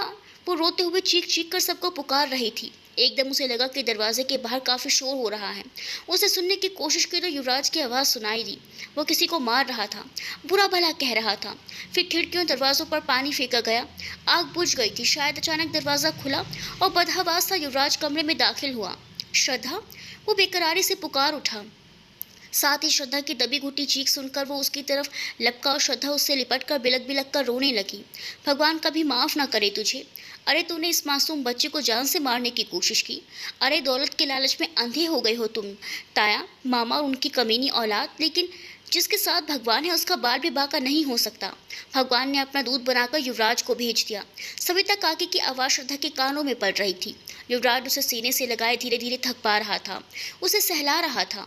वो बहुत डरी हुई थी। उसने कस के युवराज को पकड़ा हुआ था। युवराज के तो अपनी रूह खुद काँप रही थी, ये देखकर कि उसकी ज़िंदगी, उसकी मोहब्बत, उसकी बीवी श्रद्धा के कमरे को आग लगा दी गई है। अगर श्रद्धा इस आग में, बस इसके आगे युवराज ने सोचा ना गया। वो तो अपने दिल के हाथों मजबूर होकर श्रद्धा को देखने आया था। बहुत खामोशी से उस वक्त के कमरे की तरफ जा ही रहा था कि एक नकाबपोश को श्रद्धा के कमरे के दरवाजे को आग लगाते देखकर ठिठक गया। उसने फौरन दमकल को फ़ोन किया और उस शख्स ने भागने से पहले ही उसे काबू में कर लिया और अलग से ले जाकर उसकी खातिर की। घर के नौकर भी शोर सुनकर वहां आ गए थे। उस शख्स के चेहरे से नकाब हटने पर सभी हैरान रह गए। आग लगाने वाला शख्स कोई और नहीं बल्कि वो श्रद्धा के सगे ताऊ जी थे, जो श्रद्धा की शादी अपने साले के बेटे से करके सेठ ओबरॉय की जायदाद के मालिक बनना चाहते थे। साथ में उनके साले का बेटा भी था और इल्ज़ाम युवराज पर लगाने की प्लानिंग थी। इस हकीकत ने जहां युवराज को परेशानी में डाल दिया था, वहीं इस हकीकत ने श्रद्धा का खून खुश्क कर दिया था। वो मारे खौफ के युवराज के सीने में मुंह छुपाए सिसकते हुए बस रोए जा रही थी। बस श्रद्धा मेरी जान, हिम्मत से काम लो। मारने वाले से बचाने वाला बड़ा है। मैं तुम्हारा बाल भी बाका नहीं होने दूंगा। हौसला रखो, हिम्मत रखो मेरी जान। मैं हूं ना, चुप हो जाओ। वो उसका सर सहलाते हुए नरमी से बोला। मम्मा पापा ने तो कभी मुझे रोने भी नहीं दिया। वो क्या गए, मेरे आंसू नसीब ही बन गए। ये उनके सगे भाई मुझे जिंदा जला रहे हैं। वो हिचकियों से रो रही थी। मैंने उनकी गंदी नीयत और गंदे इरादों को भांप लिया था, इसीलिए उन्हें यहाँ से बड़े तरीके से चलता कर दिया था। मगर आपको ही मेरे इस भले काम पर गुस्सा आ रहा था। अब तो आपको उनकी हकीकत मालूम हो गई ना। वो नरमी से श्रद्धा के आंसू साफ करते हुए बोला। बहुत अच्छी तरह। तो अब आपको चौकन्ना रहना होगा। मैं सिक्योरिटी गार्ड रखवा देता हूँ। बेचारे चौकीदार को तो चोरों के यहाँ आने का पता नहीं चलता। वो मोहब्बत और रिश्तेदारी के पर्दे में छुपे इन मौत के सौदागारों को कैसे पहचान और रोक सकता है। आप सविता काकी को अपने पास सुला लिया कीजिए। किशन की गिरफ्तारी के बाद उम्मीद तो है कि अब आपके रिश्तेदार खामोश हो जाएंगे। फिर भी मैं सिक्योरिटी गार्ड रख देता हूँ। फिलहाल तो पुलिस गेट पर मौजूद रहेगी। आप सोने की कोशिश कीजिए श्रद्धा। मैं अब चलता हूँ। वो उसे रिलैक्स अंदाज में बिस्तर पर बैठाते हुए बोला। मत जाइए, मुझे डर लगेगा। उसकी शर्ट कसकर पकड़ते हुए रोकर बोली। एतबार तो आपको मुझ पर भी नहीं है। युवराज उसके आंसुओं से तर चेहरे को देखकर तड़प गया। आपने मेरी जिंदगी बचाई है युवराज। अगर आप ना होते तो आज ना जाने मेरे साथ। वो इसके आगे कुछ बोल ना सके कि युवराज ने उसके होठों पर हाथ रख लिया। श्रद्धा, बस जो हुआ उसे भूलने की कोशिश कीजिए। भगवान आपके साथ है। आप सोने की कोशिश कीजिए। युवराज ने आगे बढ़कर उसे अपने सीने से लगा लिया। आप जाएंगे तो नहीं ना? मैं इधर ही हूँ आपके पास, सो जाइए। चलिए शाबाश। वो धीरे धीरे उसे थपकाते हुए बोला। उसके सीने से लगी बेड पर बैठी रोती रही, फिर आखिर थक कर सो गई। युवराज ने उसके चेहरे को देखा जिस पर मासूमियत और दुख के बादल छाए हुए थे। उसका दिल चाहा कि वो इसे चेहरे पर अपने प्यार के फूल खिला दे, मगर वो उसकी मजबूरी का फ़ायदा नहीं उठाना चाहता था। सो अपनी दिली ख्वाहिश पूरी करने से परहेज़ कर गया। जब उसे यकीन हो गया कि वो गहरी नींद सो गई है तो आहिस्ता से बेड पर लिटाया और चंद लम्हे प्यार भरी नज़रों से देखने के बाद बेड से उतरकर दरवाजे की तरफ मुड़ गया। मत जाओ काली रातों के चांद मेरे, मुझे छोड़ के मत जाओ प्लीज़। श्रद्धा की नींद अचानक ही टूट गई और उसने युवराज का हाथ पकड़कर बेकरारी से उसे देखते हुए अपने दिल में ही कहा। युवराज के दिल में एकदम से हलचल हुई। शायद उसके दिल ने श्रद्धा के दिल की आवाज़ सुन ली थी। वो एकदम ही वापस पलटा तो श्रद्धा ने फ़ौरन आंखें मूंद ली। वो हौले से उसके सिरहाने आकर बैठ गया और उसके बालों से खेलते हुए बोला। लो, मैं रुक गया हूँ। कहीं नहीं जा रहा तुम्हें छोड़कर। अब तुम आराम से सो जाओ। Good girl. युवराज ने उसके बालों में हाथ फेरते हुए ये चंद अल्फाज बोले तो श्रद्धा का दिल शुक्रिया और मोहब्बत के जज्बात से भरता चला गया। वो उसके दिल की बात जान गया था। इसका साफ मतलब था कि वह उससे सच्ची मोहब्बत करता था, उसे दिल से चाहता था। युवराज की सच्ची मोहब्बत ने उसके बेदम होते वजूद में ज़िंदगी की नई रूह फूंक दी थी, जिसे श्रद्धा भी अब महसूस करने लगी थी। वो निश्चिंत होकर सुकून से सो गई। उसके सिरहाने बैठे बैठे युवराज की भी आंख लग गई थी। कुछ देर बाद उसकी आंख खुली तो देखा श्रद्धा गहरी नींद सो रही थी। उसके लबों पर हल्की सी मुस्कुराहट थी जो किसी मासूम बच्चे की तरह लग रही थी। वो कमरे से निकल आया। सविता काकी पर उसकी नज़र पड़ी तो फौरन उसका अभिवादन किया, उन्हें ढेरों शुभकामनाएं और आशीर्वाद दिए। काकी, एक कप चाय मिलेगी? मेरा ही घर है बेटा, तुम फ्रेश हो जाओ, मैं तुम्हारे लिए नाश्ता लगवाती हूँ। नहीं काकी, ये घर श्रद्धा का है। मेरा घर वो होगा जो मैं अपनी मेहनत की कमाई से बनाऊंगा। आप दुआ कीजिए मुझे अच्छी सी जॉब मिल जाए ताकि मैं श्रद्धा को वो सब दे सकूं जो उसे अपने माँ बाप के घर में हासिल है। युवराज ने नर्म और गंभीर लहजे में कहा। ज़रूर बेटा, तुम्हारे सारे सपने भगवान पूरा करेगा। तुम्हें जल्दी अच्छी जॉब भी मिल जाएगी। लेकिन बेटा, श्रद्धा के पति की हैसियत से उसकी जायदाद पर तुम्हारा भी अधिकार है। इस घर में कोई मर्द तो रहा नहीं। सगों का व्यवहार तुम्हारे सामने है। श्रद्धा मासूम बच्ची इतना बड़ा कारोबार कैसे संभाल सकती है? मेरी मानो तो तुम सेठ साहब का बिजनेस संभाल लो। श्रद्धा को भी ट्रेंड कर देना, वरना वो लालची रिश्तेदार तो कारोबार भी बर्बाद कर देंगे। काकी ने गंभीरता से समझाते हुए उसे मनाने की कोशिश की। आप ठीक कह रही हैं, मैं सोचता हूँ इस बारे में। वाकई ये रिश्तेदार सेठ साहब के बिजनेस पर कब्जा करने की कोशिश कर सकते हैं। और तो क्या बेटा, सेठ साहब के दामाद की हैसियत से ये कर्तव्य तुम्हारा बनता है। ठीक है काकी, सोच कर बताऊंगा, लेकिन श्रद्धा की मर्जी के बगैर मैं कुछ नहीं करूंगा। आप श्रद्धा से बात करना। नाश्ता करते हुए ये बातें कहकर वो चला गया। लो आ गया मेरा शेर सम्राट।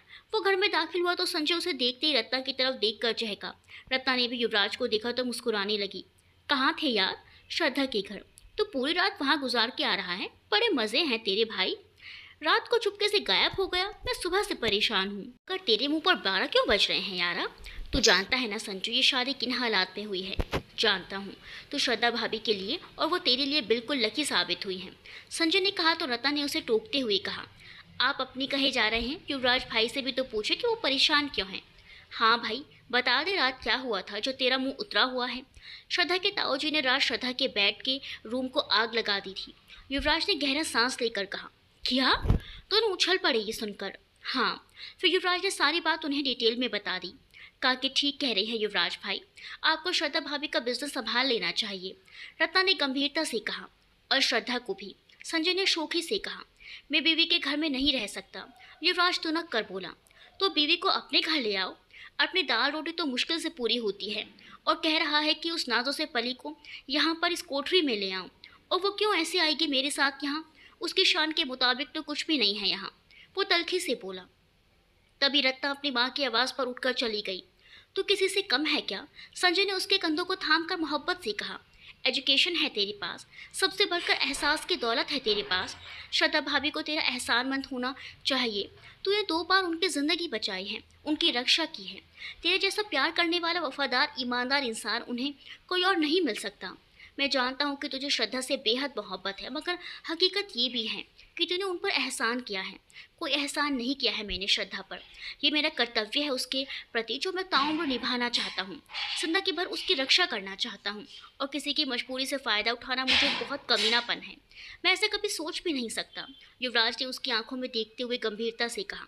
अच्छा छोड़ मेरे यार ये उदासी, मेरे पास तेरे लिए खुशखबरी है। कैसी खुशखबरी?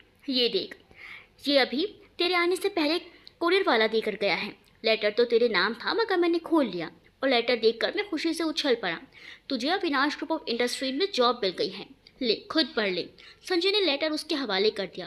थैंक गॉड, हे भगवान तेरा शुक्र है। युवराज का मुरझाया चेहरा एकदम खुशी से खिल उठा। क्यों? फिर क्या ख्याल है श्रद्धा भाभी को अपने घर लाने के बारे में? संजय एक आंख मारता हुआ शरारत से बोला। लाऊंगा उसे अपने घर, मगर उसकी रजामंदी से। मैं उसे मोहब्बत करता हूँ, लेकिन वो तो नहीं करती। मुझे क्या पता करती है या नहीं। तू बस यूं ही उदास होने के बहाने मत ढूंढ। संजय ने मुंह बनाते हुए कहा।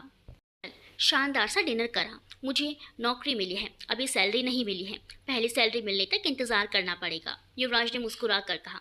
कर लूँगा इंतज़ार, ले तो मुंह मीठा कर। रत्ना की मम्मी ने तेरी जॉब की खबर सुनते ही बेसन का हलवा बनाया शुरू कर दिया था। आहा, भाई ज़बरदस्त खुशबू है। रत्ना बड़ी सी प्लेट में हलवा लिए वहाँ आई, और संजय ने शोर मचा दिया। ये हलवा सिर्फ युवराज भाई के लिए है, आप सिर्फ खुशबू से मजा लूटिए। रत्ना ने संजय को देखते हुए कहा तो युवराज को हंसी आ गई। हाँ जी, मैं भला इस काबिल कहाँ कि ऐसा मज़ेदार हलवा खाने को दिया जाए। सच है भाई, माँ भी अपने कमाऊ पूत से ही प्यार करती है। बेकार बेटे के तो वो घर में बर्दाश्त भी नहीं करती। संजय एकदम गंभीर और उदास होकर बोला। रत्ना शर्मिंदा सी हो गई। उसका कहने का मतलब ये तो कतई नहीं था जो वो समझा था। हे मेरी जान, उदास होने का नहीं, तुझे भी भगवान बहुत जल्द नौकरी देगा। बल्कि समझो मिल ही गई। चल इस खुशी में हलवा खा ले। युवराज ने उसके कंधे पर हाथ मारा और हलवे से भरा चम्मच उसके मुंह में दे दिया, और संजय भी हंस दिया। अच्छा तो ये बता यूवी, ये नौकरी कहाँ मिली है तुझे? संजय ने हैरत और उत्साह से पूछा। सेठ ऑब्रॉय की फैक्ट्रीज का इंचार्ज मैं तुझे बना देता हूँ। वैसे भी वहाँ किसी ईमानदार और वफादार शख्स का होना बहुत ज़रूरी है, और मेरी नज़र में तुझसे बेहतर शख्स कोई और हो ही नहीं सकता। शुक्रिया यार, मगर कहीं श्रद्धा भाभी को कोई एतराज़ ना हो। उन्हें कोई एतराज़ नहीं होगा। अच्छा फिर तो हलवा खाना बनता है, लो तुम भी खाओ। क्या याद करोगे कि किस रईस से रिश्ता जुड़ा है? संजय ने शोक लहजे में कहते हुए हलवे का चम्मच भरकर रत्ना के मुंह में दिया, तो वह शर्म से सुर्ख हो गई और तेजी से अपने पोषण की तरफ भागी। तो वो दोनों उसे देखकर हंस पड़े। श्रद्धा बेटा, बहुत लकी हो तुम कि तुम्हें युवराज जैसा खुददार और वफादार जीवन साथी मिला है। भगवान ने तुमसे तुम्हारे माँ बाप को वापस ले लिया और युवराज को तुम्हारा सहारा बना दिया। अब वही तुम्हारा सब कुछ है। उसकी कद्र करना बेटा। अब देखो ना, मुझे फ़ोन करके उसने कहा कि मेरा दोस्त संजय फैक्ट्रियों की देखभाल करेगा। खुद युवराज को बहुत अच्छी नौकरी मिल गई है। भगवान उन्हें तरक्की और कामयाबी दे। बहुत ही अच्छा और सच्चा बच्चा है। काकी ने श्रद्धा के सर पर हाथ रखकर बताया। काकी, वो यहाँ आकर क्यों नहीं रहते? उनसे कहिए ना कि अब उनकी वफादारी पर शक नहीं करूँगी। वो यहाँ आ जाएं। मुझे मम्मा पापा के बाद अब इस घर में डर लगा है। हर वक्त उनकी याद आती है। क्यों चले गए मुझे छोड़कर? लोग इस कदर लापरवाही से गाड़ी क्यों चलाते हैं? क्या वो क्यों नहीं देखते कि उनकी तेज़ रफ्तार किसी की ज़िंदगियों का चिराग गुल कर सकती है, किसी को अनाथ और बेसहारा कर सकती है? काश मैं भी उनके साथ होती तो उनके साथ ही मर जाती। तो फिर मेरा क्या बनता? मैं तो कुंवारा ही मर जाता। युवराज की आवाज़ उसके कानों में पड़ी तो उसने एकदम सर उठाकर देखा। सफ़ेद शर्ट और ब्लैक कोट पैंट में वो सामने खड़ा मुस्कुरा रहा था, जो बेहद शानदार लग रहा था। आप? जी मैं देखने आया था कि मौसम खुशगवार है, मगर यहाँ तो खूब ज़ोरों की बारिश हो रही है। वो मुस्कुरा कर बोला। बेटा, तुम ही इसे समझाओ। जाने वाले तो चले गए हैं और आने वाले आ गए हैं। युवराज ने उनकी बात काट कर कहा तो श्रद्धा ने एकदम पूछा, तो आप इधर ही रहेंगे ना? नहीं। युवराज ने देखा उसके चेहरे पर आने वाली खुशी एकदम गायब हो गई और उसे ऐसे देख युवराज का दिल कट कर रह गया। मैं चाय लाती हूँ। काकी दोनों को बात करने का मौका देकर उठकर चली गई। बीवी के घर में वो मर्द रहते हैं जिनमें अपना घर बनाने की हिम्मत और योग्यता नहीं होती। मैं इतना बड़े घर ना सही, छोटा सा घर तो बना ही सकता हूँ। घर तो घर वालों से बनता है और ये घर तो अब खंडर बनकर रह गया है। दिल घबराता है मेरा इस घर में अब। वो रोते हुए बोले तो युवराज ने उसके सामने बैठकर अपने हाथों से उसके आंसू साफ किए और प्यार से बोला, श्रद्धा, मैं चाहता हूँ कि तुम जब भी मेरे पास आओ दिल से अपना पति, अपना साथी, अपना समझ कर आओ। किसी डर, खौफ या मजबूरी से मेरे साथ कबूल ना करो। जितनी शिद्दत से मैं तुम्हें चाहता हूँ, तुम्हारा दिल भी मुझे उतनी शिद्दत से चाहे और तुम अपनी मर्जी से मेरे पास वो सारे एहसास, सारे जज्बात लेकर खुशी खुशी आओ जो मेरे दिल में तुम्हारे लिए हैं। पता नहीं खुशी मेरे नसीब में लिखी भी है या नहीं। तुम्हें नसीब बनाने वाले पर और मुझ पर यकीन नहीं है ना, इसीलिए तुम ऐसा कह रही हो। जब दुख और गम की इस घड़ी में से तुम बाहर निकल आओगे तो तुम्हें हर तरफ खुशियाँ ही खुशियाँ दिखाई देंगी और तुम्हारी रूह तक पुरसकून हो जाएगी। युवराज ने उसके सुंदर चेहरे को अपने हाथों में भरकर प्यार भरी नज़रों से देखते हुए यकीन से कहा तो वो बस उसके चेहरे को अपनी भीगती आंखों से देखती चली गई और युवराज को अपना वजूद उसकी झील सी आंखों में डूबता हुआ महसूस हुआ। वो बेबसी से होंठ भींचता उठा और तेज़ी से वहाँ से चला गया। श्रद्धा हैरान रहकर उसके ऐसे जाने पर और अपने दिल में अजीब सी टीस उठ जाने पर संजय और युवराज ने अपनी अपनी जॉब संभाल ली थी। अनिल कुमार जी और उनकी मिसेस अब रत्ना और संजय की शादी करना चाहते थे। संजय अलग घर खरीदना चाहता था, लेकिन उसके लिए काफ़ी ज़्यादा पैसों की ज़रूरत थी, इसे ये मुमकिन नहीं था। आजकल युवराज संजय को अपने अपने घर वाले बहुत याद आ रहे थे। माँ बाप, भाई बहन सब बहुत याद आते थे। क्या फ़ायदा हुआ मुझे तुम पर लाखों रुपए खर्च करने का? एक ढंग की नौकरी तो ढूंढ नहीं सके तुम। मैंने सोचा था बड़े होकर पढ़ लिख कर तुम मेरा बाजू बनोगे, लेकिन तुम तो खुद अभी तक मेरे मोहताज हो। आवारा और नाकारा निखट्टू और नालायक लोगों को कोई नौकरी नहीं देता और ना ही ऐसे नाकारा बेटे के लिए मेरे घर में कोई जगह है। निकल जाओ मेरे घर से और उस वक्त तक मुझे अपनी मनहूस शक्ल मत दिखाना जब तक मेरे लाखों रुपए लौटाने के काबिल ना हो जाओ। युवराज के कानों में अपने पापा धर्मेश सिंह की गुस्से से गरजती आवाज़ गूंजी तो वो बेचैन होकर उठ बैठा। पापा, बाप बेटे के रिश्ते में कारोबार कैसे आ गया? मुझे सबक पढ़ाने की ज़रूरत नहीं है। समझ, निकल जा मेरे घर से और खाली हाथ इस घर में कदम रखने की कोशिश की तो तेरी टांगें तोड़ दूंगा। धर्मेश जी के अल्फाज युवराज की रूह तक को जख्मी कर गए थे। मैंने सोचा है टॉप किया है तो नौकरी भी टॉप मिलेगी उसे और मैं अच्छे परिवार और बड़े घर में इसकी शादी करूंगी, मगर इस बेरोजगारी ने तो मेरे सारे ख्वाब चकनाचूर कर दिए। युवराज के कानों में अपनी माँ के अल्फाज गूंजे तो वो और बेचैन हो उठा। माँ, भगवान ने चाहा तो आपके बेटे को बड़े घर, बड़े खानदान का रिश्ता मिलेगा। आप चिंता क्यों करती है? खुद ही ब्याह कर ले आना उसे ख्वाबों में। हकीकत में तो ऐसा होने से रहा, माँ ने गुस्से में कहा था। युवराज के कानों में ये सारी बातें गूंजकर फिर से उसे दुखी और बेचैन कर रही थी। आज उसके पास एक ऐसी टॉप की जॉब भी थी, एक प्यारी सी लड़की जो बड़े खानदान, बड़े घर की बेटी उसकी बीवी थी। भगवान ने उसे सब कुछ दे दिया था, लेकिन अपने माता पिता के ये तंज, ये नश्तर जैसी बातें दिल दिमाग में खंजर घोंप रही थी। इधर पवन जी ने साफ कह दिया था कि वो अपनी बेटी का रिश्ता कहीं और कर रहे हैं और ये भी कहा था कि तुम्हारे संजय को इतनी श्रेष्ठ डिग्री हासिल होने के बावजूद अभी तक कोई ढंग की नौकरी नहीं मिली।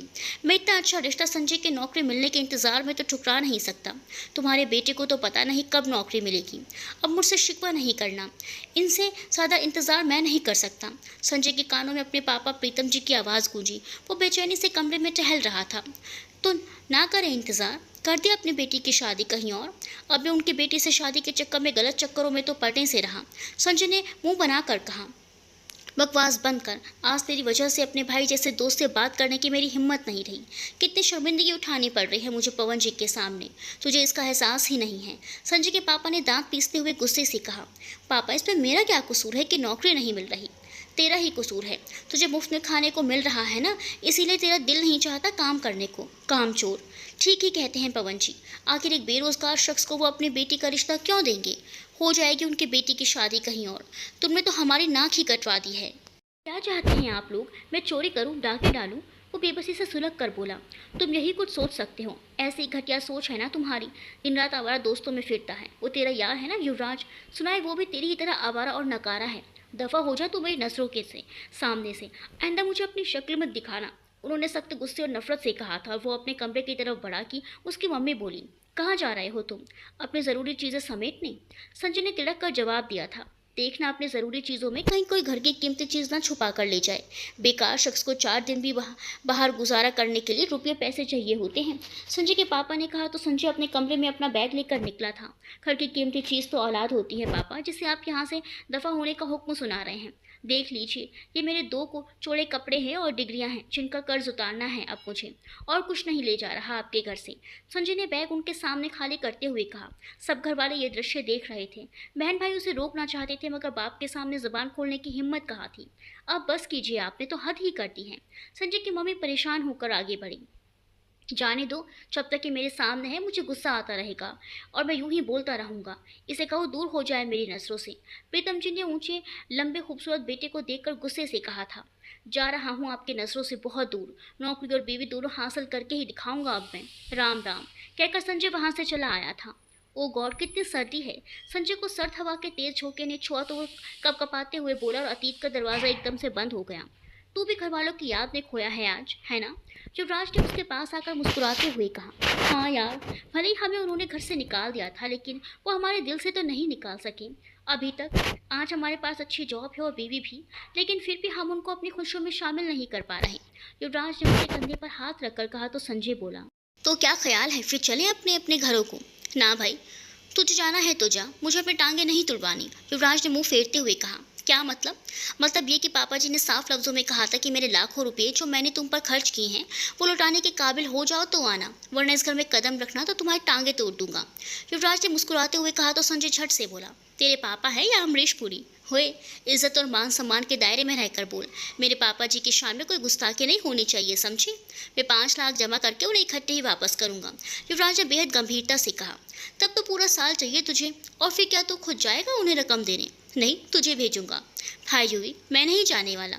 हम दोनों रकम जमा करके ड्राफ्ट से भेज देंगे या किसी के हाथ भिजवा देंगे। जितनी इज्जत देकर उन्होंने हमें अपने घरों से निकाला था, उसके बाद हम कैसे ढीठ बन के वहाँ दोबारा चले जाएं? मैं तो नहीं चाहूँगा। वो हमारे बगैर खुश हैं तो हम भी कोई मर तो नहीं गए। जिंदगी ने बहुत कुछ सिखा दिया है हमें। संजय भी गंभीर हो गया।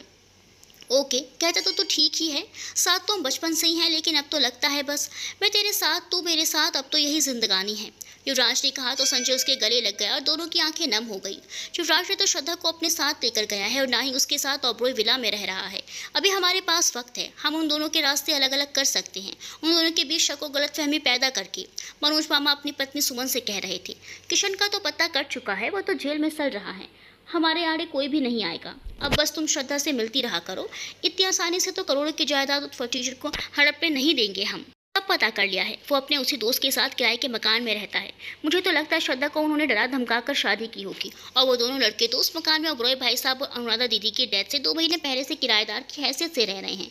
फिर अगर उनका ओबरॉय भाई साहब से इतना गहरा संबंध था तो युवराज शहर में होते हुए भी उनके मरने पर क्यों नहीं आया? और उस 10 दिन बाद वो अचानक कहाँ से टपक पड़ा? कहीं श्रद्धा किसी मुश्किल में तो नहीं है? मनोज मामा ने गंभीरता से सारे हाल का जायजा लेते हुए कहा। कहते तो आप ठीक ही हैं, ज़रूर कोई गड़बड़ है। जब उन्होंने कहा था तो हमें उनका मैरिज सर्टिफिकेट देख लेना चाहिए था। क्या खबर शादी हुई भी है या नहीं? सुमन मामी ने सोचते हुए गंभीरता से कहा। तुम आज ही श्रद्धा से मिलो और हर तरीके से हकीकत मालूम करने की कोशिश करो, नहीं तो फिर श्रद्धा को रास्ते से हटाना ज़रूरी हो जाएगा। तुम ये गोलियां संभाल कर रखो और किसी भी चीज़ में उसे खोल कर पिला देना। कैसी गोलियां है ये? मामी ने लिफाफा देख कर पूछा। पॉइजन? क्या? हाँ, बिना जायका, मगर खून असर रखने वाली है। श्रद्धा जैसे नाजुक लड़की के लिए तो 2 गोलियां ही काफ़ी होंगी। हम उसका मर्डर नहीं करेंगे, बस वो अस्पताल में पहुंच जाएगी और इल्ज़ाम युवराज के सर आएगा कि हम श्रद्धा को युवराज के खिलाफ करने में आसानी से कामयाब हो जाएंगे। मामा ने बेरहमी से अपना प्लान बताया। मुझे डर लग रहा है अगर मैं किशन की तरह पकड़ी गई तो। बेवकूफ़ हो तुम, चालाकी से काम लेना, जूस या चाय वगैरह में नज़र बचाकर चुपके से डाल देना। उन्होंने आसानी से उन्हें समझाया। युवराज अपने ऑफिस में काम में बिजी था जब उसका मोबाइल बजा। उसने मोबाइल कान से लगाया तो एक मर्दाना आवाज़ उभरी। युवराज, कैसे हो बेटा? मैं बिल्कुल ठीक हूँ, क्षमा कीजिएगा मैंने आपको पहचाना नहीं। अरे नालायक, अपने बाप की आवाज़ नहीं पहचानता? पापा जी? युवराज बैठा हुआ था कि झट से खड़ा हो गया। उसे हैरत का जोरदार झटका लगा। हाँ भाई, मैं तुम्हारा बाप बोल रहा हूँ। मुबारक हो, सुना है बहुत शानदार नौकरी मिल गई है तुम्हें, और ये भी करोड़पति लड़की से शादी कर ली है। खानदान भी सुना है बहुत अच्छा है। सास ससुर हादसे में कुछ दिन पहले चल बसे हैं। भगवान उनकी आत्मा को शांति दे। आपको ये सारी जानकारी किसने दी है? वो हैरान परेशान सा पूछ रहा था। संजय ने फ़ोन पर बात की थी मुझसे। पहले तो उसने मेरे अकाउंट में 5 लाख की रकम ट्रांसफ़र कराने का बताया था और मुझसे मेरी बहू की बात भी करा दी थी उसने। तुमने सचमुच मेरा सारा कर्ज उतार दिया है। मैंने तो सिर्फ तुम्हें अपनी जिम्मेदारियों का एहसास दिलाने के लिए ताना देकर घर से निकाला था। जो भी बेटा, अपनी औलाद पर खर्च करना तो बाप का फ़र्ज़ होता है। वो पूरे जोश और मोहब्बत में बोल रहे थे। पापा, मैंने बेटे होने के नाते अपने कर्तव्य पूरा करने की कोशिश की है। हमारी रोजी रोटी इसी शहर में लिखी थी, हमें यहाँ रहना पड़ा। आप ये बताइए, माँ और सब ठीक है ना? युवराज ने अपनी हैरत और उलझन पर काबू पाते हुए पूछा। हाँ बेटा, सब ठीक है और तुझे बहुत याद करते हैं। तुम्हारी बहन की शादी तय कर दी है, अब धूमधाम से उसकी शादी करूँगा। तूने वक्त पर रकम भेजकर सारा मसला ही हल कर दिया है। ये बताओ, घर कब आ रहे हो? अभी तो मुझे काम है पापा, फिर बात करूंगा, मेरे बॉस का बुलावा आया है, नमस्ते। युवराज ने जल्दी से बात खत्म करके मोबाइल ऑफ कर दिया। श्रद्धा ने क्यों इतनी बड़ी रकम उन्हें भिजवाई है? क्या समझती है वो खुद को? अपने दौलत ने से मुझे दबाना चाहती है। और संजय, उसकी तो मैं अभी खबर लेता हूँ। युवराज ने गुस्से से कहते हुए संजय का फ़ोन मिलाया। हाँ बोल। संजय ने दूसरी बेल पर ही कॉल रिसीव कर ली। तूने श्रद्धा के द्वारा पापा को 5 लाख रुपये भिजवाए हैं? हाँ, लेकिन तेरा नाम लेकर भिजवाए हैं कि तूने ये रकम भेजी है। क्यों? मैंने श्रद्धा भाभी से यूं ही जिक्र कर दिया था कि तेरे पापा ने 5 लाख मांगे, तो उन्होंने फ़ौरन मुझे 5 लाख का चेक काट कर दे दिया। संजय ने बताया तो वो गुस्से से तब कर बोला। तूने श्रद्धा की नज़रों में मुझे 2 कौड़ी का कर दिया है। क्या सोचती होगी मेरे बारे में, और तुझे क्या ज़रूरत है श्रद्धा के सामने मेरा दुखड़ा रोने की? यार, तू इतने गुस्से में क्यों आ गया है? यहाँ हर कोई पैसे का बाप है। पैसे से मोहब्बत है सबको। पैसा हाथ में आ जाए तो आवारा और नकारा बेटा हीरे मोती जैसा हो जाता है। युवराज ने फ़ोन काट दिया और ऑफिस से सीधा गुस्से में फुफकारता हुआ श्रद्धा के कमरे में घुसा। हुआ यूं, लाल अंगारा सा उसे देखकर वो एकदम से सहम गई। क्या किया है तुमने मुझ पर यह एहसान? भीख तो नहीं मांगी थी ना मैंने तुमसे, बहुत पैसा है ना तुम्हारे पास। युवराज उसको कंधों से पकड़कर झंझोड़ते हुए बोला। मेरा पैसा अब आपका भी तो है, वो कांपती आवाज़ में बोली। तुम तो खुद मेरी होने से घबराती हो, और तुम्हारा पैसा अब मेरा हो गया। मुझ पर एहसान करना चाहती हो, मेरी खुददारी का मजाक उड़ाना चाहती हो। जवाब दो। अगर आप इतनी ईमानदार और खुददार हैं तो उस वक्त आपकी खुददारी कहाँ जा सोई थी, जब आप आधी रात को चोरों की तरह मेरे घर में घुस आए थे? तब भी आपको ये रुपये पैसे ही चाहिए थे ना? मगर हालात की पत्थर दिली ने आपको चोर से मेरा पति बना दिया। हालात तो वो ना होते जो आपको उस वक्त यहाँ नजर आए, तो आप रकम चुकाकर फरार हो जाते। तब कौन सा पुण्य का काम होता वो? ने अपने कंधों से उसके हाथों को झटक कर तेज लहजे में कहा तो वो एक लम्हे को कुछ बोल नहीं पाया, मगर फौरन ही संभल कर बोला। अगर मेरा एहसास और ज़मीर मुर्दा होता तो मैं तुम्हारी उस बेबसी की पूरी पूरी कीमत वसूल कर सकता था। ये सारी दौलत जिसके लिए तुम्हारे ताया मामा तुम्हें मौत के मुंह में धकेलना चाहते थे, ये सब पिस्तौल की नोक पर अपने नाम लिखवा सकता था, मगर मैंने ऐसा नहीं किया। तुम्हें उन लालची लोगों से बचाने की खातिर तुमसे शादी की। रही बात रकम की, तो चोरी कर भी लेता तो ये सोचकर और इस इरादे से मैं इस घर में दाखिल हुआ था कि एक दिन वो रकम वापस कर दूंगा। इस घर के मालिक का कर्ज समझकर यहाँ से रकम ले जाता। खैर, तुम्हारे 5 लाख भी अब मुझ पर कर्ज हैं, जो मैं जल्दी लौटाने की कोशिश करूँगा। लेकिन कान खोल कर सुन लो, आइंदा मुझ पर कोई एहसान करने की जरूरत भी नहीं करना, तुम समझी? बहुत शौक है ना तुम्हें अपनी दौलत लुटाने का, तो अपने उन लालची रिश्तेदारों पर लुटा दो जो इस दौलत की खातिर तुम्हारे दुश्मन हो गए हैं। युवराज ने सख्त सपाट लहजे में कहा और बाहर निकल गया। जिस वक्त युवराज की गाड़ी ऑबरॉय विला से निकल रही थी, ठीक उसी वक्त सुमन मामी अपनी गाड़ी में ऑबरॉय विला में आ रही थी। उन्होंने युवराज का गुस्से से लाल चेहरा देखकर कुछ गड़बड़ होने का अंदाज़ा लगा लिया था। वो गाड़ी पोंछ पर लगाकर केक और पिज़्ज़ा के शॉपर उठाए अंदर चली आई। काकी ने उन्हें देखते ही नमस्कार किया और उन्हें उनके नमन का जवाब देकर उन्हें शॉपर पकड़ा कर कहा, इन्हें प्लेटों में सजा कर ले आइए। जी अभी लाती हूँ, चाय भी बना लूँगी। ठीक है। श्रद्धा कहाँ है? अपने कमरे में है। ठीक है। वो उसके कमरे की तरफ बढ़ गई। दरवाज़ा खोला तो वो बेड पर बैठी रो रही थी। श्रद्धा मेरी बच्ची, क्या हुआ चंदा, क्यों रो रही हो? मामी ने फ़ौरन उसके करीब आकर पूछा। उनका तो मौके पे चौका लगने जैसा काम हो गया था। मामी श्रद्धा को उस वक्त रोने के लिए एक मेहरबान कंधे की ज़रूरत थी, तो वो उनके गिले मिलते ही शिद्दत से रोने लगी और उसे बड़े प्यार से थपकने लगी। मामी, मामा, पापा क्यों चले गए मुझे छोड़कर? वो रोते बिलखते हुए बोली, बेटा संयम रखो, उनकी उम्र ही बस इतनी लिखी थी। खुद को संभालो बच्चा। और हाँ, ये युवराज इतने गुस्से में क्यों गया है? कोई लड़ाई हुई है क्या तुम दोनों के बीच? नहीं तो वो तो मुझे रोने से मना कर रहे थे। मैं उनके चुप कराने से भी चुप नहीं हुई तो गुस्से में चले गए। उसने बहाना बनाकर कहा। लो क्या बात हुई? बाहर तो लड़कियों से बहुत हंस कर मिलता है, घर में बीवी का दिल रखने की बजाय उल्टा गुस्सा करके चला गया। हाय मेरी फूल सी बच्ची, किस पत्थर दिल से ब्याह दी गई। मामी ने बड़े हमदर्द अंदाज में कहा। उसी वक्त कहा कि ट्रॉली सजाए आ गई। लो बेटा केक पिज़्ज़ा खाओ, तुम्हारी पसंद का लेकर आई हूँ। मामी आप क्यों परेशान हुई? अरे नहीं बेटा, बस मेरा दिल चाहा तो मैं अपनी बेटी के साथ चाय पीऊँ और केक पिज़्ज़ा खिलाऊँ तो चली आई। शाबाश, मुँह धो कर आओ, उन्होंने बहुत प्यार से कहा। काकी जा चुकी थी। श्रद्धा वॉशरूम में गई तो मामी ने जल्दी से गोलियों का लिफाफा निकाला और 2 गोलियां श्रद्धा के कप में डाल दी और 2 गोलियां मुट्ठी में लेकर बैठी रही ताकि आधी चाय पीने के बाद उसमें डाल दी। युवराज शर्म कर उस लड़की की मोहब्बत को इतना गलत समझ रहा है। वो बहुत मासूम है, कम उम्र है। तूने अगर उसकी ज़िंदगी बचाकर उस पर एहसान किया है तो इस तरह से उसको जलील करके हर्ट तो ना कर। वो तो पहले ही बहुत दुखी है। संजय ने उसके घर आने पर उसे खरी खरी सुनाई। मैं तो जैसे बहुत खुश हूँ ना, युवराज तल्खी से बोला। तो किसने कहा है उदास रहने को? श्रद्धा को घर ले आओ और अपनी शादीशुदा ज़िंदगी शुरू करो। उसे भी पूरी सुरक्षा और सुकून मिल जाएगा और तुम्हें भी इस बेसुकूनी से छुटकारा मिल जाएगा। बस कुछ समझ में नहीं आ रहा क्या करूँ यार। मैंने तो न जाने गुस्से में आकर उसको क्या क्या कह दिया। सब जानता हूँ मैं, जो कुछ तूने श्रद्धा से कहा। मैंने उसको फ़ोन किया था, बहुत रो रही थी, बहुत हर्ट हुई है तेरे रवैये से। तू किस घमंड और खुददारी को सीने से लगा कर फिर रहा है? वो जो किसी को दुख पहुंचाए, किसी का मान तोड़ दिया, खुद तुझे गरीबी बेबसी उस बेसुकूनी की भेंट चढ़ाए। कम ऑन यार, छोड़ दे ये सब। गिराते इस खुददारी की दीवार को जो तेरे और तेरे श्रद्धा के बीच खड़ी हो गई है। वो मासूम तो प्यार की तलबगार है, डांट फटकार की नहीं। और जान लिए मियाँ बीवी में कुछ भी तेरा मेरा नहीं होता। बस उसे मान ले, उसके बाप का बिजनेस पूरी तरह संभाल ले। संजय ने कहा तो युवराज दिल मसलते हुए खड़ा हो गया। क्या हुआ, क्या हुआ युवी? यार मेरा दिल घबरा रहा है। वो सीने पर हाथ मलते हुए बोला और बाहर की तरफ बढ़ गया। अब किधर जा रहा है? श्रद्धा से मिलने। अच्छा मुझे फ़ोन कर देना और गाड़ी ध्यान से चलाना और घबराने की ज़रूरत नहीं, सब ठीक होगा, संजय ने उसे तसल्ली देते हुए कहा। युवराज ऑबरी विला पहुंचते ही लंबी लंबी डिग भरता जैसे श्रद्धा के बेडरूम में आया तो उसने सामने श्रद्धा को सोफे पर बेसुध पड़ी देखकर तड़प कर उसके करीब पहुंचा। श्रद्धा ये क्या हुआ है? युवराज ने उसको अपने सीने से लगाकर पूछा। वो चाय में वो बस इतना ही कह सकी और फिर बेहोश हो गई। युवराज के तो पैर तले जमीन ही खिसक गई। वो कुछ पल उसके मासूम चेहरे को देखता रहा, फिर 1 मिनट की देरी किए बिना श्रद्धा को अपनी बाहों में उठाया और बाहर भागा। काकी, काका, बाबा, ड्राइवर उसकी एक आवाज़ पर सब दौड़े चले आए। ड्राइवर गाड़ी निकालो, श्रद्धा को अस्पताल पहुंचाना है, हरी अप। काका आप हमारे साथ आइए। और हाँ, चाय किसके लिए बनाई थी अभी? युवराज बाहर भागते हुए उनसे पूछ रहा था। बेटा वो सुमन मामी आई थी पिज़्ज़ा केक लेकर, उसके साथ ही बनाई थी, काकी ने परेशान होते हुए बताया। युवराज ने गाड़ी में बैठकर श्रद्धा को अपने सीने से लगाए रखा और संजय को फ़ोन कर डिटेल में सारी बात बताकर उसको अस्पताल पहुंचने को कहा। युवराज उसको बाहों में उठाता अस्पताल के अंदर दौड़ पड़ा, जहां आते ही डॉक्टर्स ने उसे अपने अंडर ऑब्जर्वेशन में ले लिया। डॉक्टर ने बताया कि चाय में कोई जहरीली चीज़ मिली हुई थी। उन्होंने श्रद्धा का लीवर साफ कर दिया था। वक्त पर मेडिकल ट्रीटमेंट मिलने की वजह से उसकी हालत और बिगड़ने से बच गई थी और अब खतरे वाली कोई बात नहीं थी। युवराज ने सुकून का सांस दिया। युवराज तूने इससे शादी की है, ना चाहे जिस भी हालात में की है। अब ये तेरी बीवी है, तेरी जिम्मेदारी है। जब तू जानता है कि उसके रिश्तेदार इस मासूम की जान लेने पर उतारू हैं तो तू क्यों उसे बार बार अकेला छोड़ जाता है? संजय ने उसके कंधे पर हाथ रखकर कहा। मैं ये सब बातें जानता हूँ, लेकिन उसे भी तो मुझ पर एतबार हो, मुझसे प्यार हो। मैं ऐसे कैसे उसे ज़बरदस्ती अपने साथ रहने पर मजबूर कर सकता हूँ?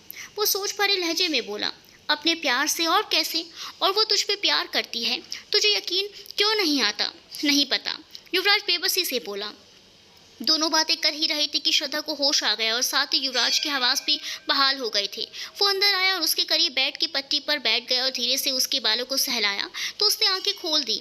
दोनों एक दूसरे को बहुत बेकरारी से देख रहे थे। दोनों की आंखें भीग रही थी और होंठ ललच रहे थे। आई एम सॉरी, युवराज ने भर्राए लहजे में कहा। जब हर बार मुझे छोड़कर ही चले जाना होता है तो फिर क्यों आ जाते हो मेरी ज़िंदगी बचाने? क्यों लाए मुझे यहाँ? मर जाने दिया होता मुझे, मैं भी अपने मम्मी पापा के पास चली जाती। फिर किसी को मुझे आग में जलाने या जहर पिलाने या मेरी दौलत का ताना देने की ज़रूरत नहीं पड़ती। क्यों बचाया आपने मुझे? क्यों? वो रोते हुए अटक अटक कर बोली तो युवराज का दिल तड़प उठा। क्योंकि मैं तुमसे मोहब्बत करता हूँ, बेहद मोहब्बत करता हूँ। तुम्हारी ज़िंदगी सिर्फ तुम्हारी नहीं है, मेरी ज़िंदगी है और अपनी ज़िंदगी बचाने की हर इंसान कोशिश करता है। वो उसके चेहरे को अपने हाथों के प्याले में लेकर भीगे लहजे में बोला, तो अपनी ज़िंदगी को खतरों में छोड़कर ही क्यों जाते हैं आप? क्यों करते हैं मुझे बचाकर मुझ पे एहसान? मैं उन लोगों के मारने से तो नहीं मरी, लेकिन आपकी बेरुखी, आपकी ये एहसानमंदी मुझे ज़रूर मार डालेगी। श्रद्धा ने रोते हुए कहा तो युवराज ने तड़प कर उसे अपनी बाहों में समेट लिया। उसने भी युवराज को कसकर जकड़ लिया और बिलक बिलक कर रोने लगी। श्रद्धा मेरी जान, मेरी ज़िंदगी, तुम्हें जीना है मेरे लिए, मेरे खातिर। मैं अपनी श्रद्धा को अब कहीं भी तन्हा नहीं होने दूंगा, कुछ भी नहीं होने दूंगा अपनी श्रद्धा को। बस जल्दी से अच्छी हो जाओ, फिर हम एक नई ज़िंदगी शुरू करेंगे। वो ठोस इरादे से बोला तो वो खुशी से रोते हुए बोली, युवराज जी, युवराज की जान, आई लव यू। श्रद्धा ने उसके चेहरे को भीगती आंखों से देखते हुए कहा तो युवराज के होंठों पर भी बहुत खूबसूरत सी मुस्कुराहट बिखर गई। उसने उसके चेहरे को हाथों में लेकर उसके माथे पर अपनी मोहब्बत की मोहर लगा दी। वो शर्म से लाल होकर उसके सीने में छुप गई। अब तो आप मेरे साथ रहेंगे। हाँ, हम दोनों एक दूसरे के साथ रहेंगे हमेशा। युवराज ने उसके आंसू साफ करते हुए दिल से कहा, मेरी दौलत को, घर को आप अपना समझेंगे, पापा को कारोबार संभालेंगे ना आप। ये बातें क्या लेकर बैठ गई हो तुम? चलो आराम करो। युवराज ने चौंकते हुए बोला, नहीं प्लीज़, मुझसे वादा कीजिए आप। वो उसे देखती रह गई। मैं सचमुच आपसे मोहब्बत करती हूँ, किसी डर या मजबूरी की वजह से नहीं, बल्कि आपके अंदर छुपे एक अच्छे इंसान के अच्छे कर्तव्यों की वजह से। मैं आपके साथ उस घर पे भी रह लूँगी जहाँ आप रहते हैं, मगर वो घर तुम्हारी शान के मुताबिक नहीं है। युवराज ने उसकी मोहब्बत के इजहार पर खुश होकर प्यार से उसे देखते हुए कहा तो वह मासूमियत से बोली, क्यों?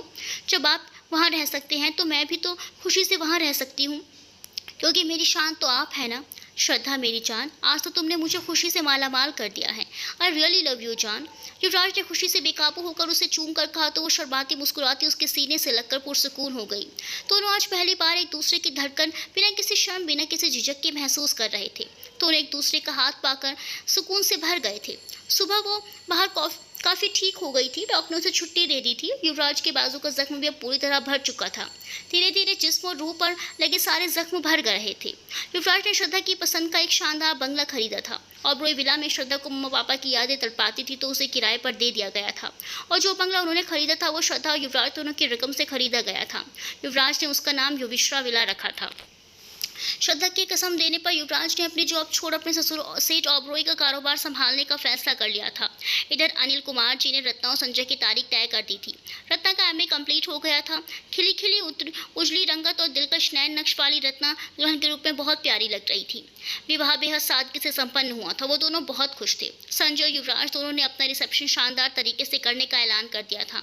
श्रद्धा के मामा मामी ने अपनी साजिश कबूल कर ली थी। युवराज उनको सजा दिलवाना चाहता था, लेकिन श्रद्धा ने उन्हें माफ कर उनसे सारे रिश्ते तोड़ डालने का ऐलान कर दिया था। युवराज और संजय के घर वाले भी दिल्ली पहुंच चुके थे अपने बेटों के रिसेप्शनों में शामिल होने के लिए। श्रद्धा आज पहली बार दुल्हन बनी थी और बेहद हसीन लग रही थी, क्योंकि आज उसके दिल और चेहरे पर अपने पति, अपनी मोहब्बत युवराज के नाम का नूर बरस रहा था, जो उसे बेहद निखार रहा था। युवराज ने जब उसे देखा तो बस देखता ही रह गया। बादामी शेरवानी पहने वो खुद भी बहुत डैशिंग लग रहा था। बहुत शानदार तरीके से चारों का रिसेप्शन हुआ। चारों बेहद खुश थे और उनके घर वाले उन्हें देखकर खुश थे। 31 दिसंबर की रात के 12 बजे पहली जनवरी ने आंख खोली तो आतिशबाजी और ढोल बाजों की आवाज़ें दूर दूर से फिजा में गूंजने लगी। यह नया साल ढेरों खुशियां, मोहब्बत की रंगीनियां अपने दामन में समेट कर लाया था। युवराज अपने बेडरूम की बालकनी में खड़ा तारों भरे आसमान को गौर से देख रहा था। Happy birthday to you, happy birthday to you my dear Yuvraj. Shraddha की मधुर और गुनगुनाती आवाज़ ने युवराज को चौंका दिया तो वो फौरन पलटा। Shraddha red and black combination sari में, खुले बालों और न्यूड मेकअप में, बुके और कार्ड लिए खड़ी मुस्कुराती हुई उसे विश कर रही थी। श्रद्धा तुम, माय गॉड, पहले क्या कम कयामत ढा रही थी जो इस अंदाज से मुझे विश करके और सितम कर डाला है? जान ही लोगी क्या? श्रद्धा ने बुके और कार्ड एक हाथ में थामकर जल्दी से आगे बढ़कर युवराज के लबों पर अपना हाथ रख दिया। युवराज ने उसके हाथ को चूमते हुए हटाया। वैसे तुमसे किसने कहा कि 1 जनवरी को मेरा जन्मदिन है? उनमें से उसने उसके हाथ से बुके और कार्ड लेकर पूछा। संजय भाई ने बताया था कल शाम कि बड़े शानदार तरीके से हम आपका बर्थडे सेलिब्रेट करेंगे। अच्छा जी, पहले अपनी फर्स्ट नाइट तो सेलिब्रेट कर लें श्रद्धा जान। युवराज ने बुके टेबल पर रखकर उसे पीछे से अपनी आगोश में भरकर शोक लहजे में कहा तो वह शर्म से नसें झुका गई। युवराज उसे लिए बेड पर आ गया और कार्ड पढ़ने लगा। जन्मदिन मुबारक हो बहुत बहुत, सिर्फ आपकी श्रद्धा, मेरी जान Shraddha. Thank you so much. ये नया साल हमारी ज़िंदगी में खुशियाँ ही खुशियाँ लेकर आएगा। जी, भगवान करे हम हमेशा ऐसे ही खुश रहें। युवराज ने बेहद मोहब्बत से उसको अपने सीने से लगा लिया। श्रद्धा अपने दिल में नए बरस के नए लम्हों में अपने और युवराज के रिश्ते की शुरुआत को रूह की गहराइयों तक महसूस कर रही थी और युवराज के लिए भी राहत और सुकून का जरिया बन रही थी। दोनों के दिल और रूहें खुशी से के रास्ते पर दौड़ी चली जा रही थी। एक काली सी रात में दो अनजाने अजनबी मिले और उसी रात में युवराज की चोर मोहब्बत ने दोनों को पति पत्नी का दर्जा देकर हमेशा के लिए जोड़ दिया था। लेकिन आज की रात दोनों की मोहब्बत का आगाज़ बहुत खूबसूरती से मुकम्मल कर रही थी। इसमें दोनों बहक कर अपनी मोहब्बत को एक नया मकाम दे रहे थे। सफ़र वहीं तक है जहाँ तक तुम हो, नज़र वहीं तक है जहाँ तक तुम हो। हज़ारों फूल देखे हैं इस गुलशन में मगर खुशबू वहीं तक है जहाँ तक तुम हो। छुपा लूँ तुमको अपनी बाहों में इस तरह कि हवा भी गुजरने की इजाज़त मांगे। मदहोश हो जाऊं तेरे प्यार में इस तरह कि होश भी आने की इजाज़त मांगे। सुकून मिलता है जब आपकी पनाहों में होते हैं। आपके हम पर और हमारे आप पर पूरे हक होते हैं। निगाह उठाकर जब देखते हैं वो मेरी तरफ, मेरे लिए वो पल पुरसुकून होते हैं। हम पीना चाहते हैं आपकी निगाहों से, हम जीना चाहते हैं आपकी पनाहों में, हम चलना चाहते हैं आपकी राहों में, हम मरना चाहते हैं आपकी बाहों में। समाप्त।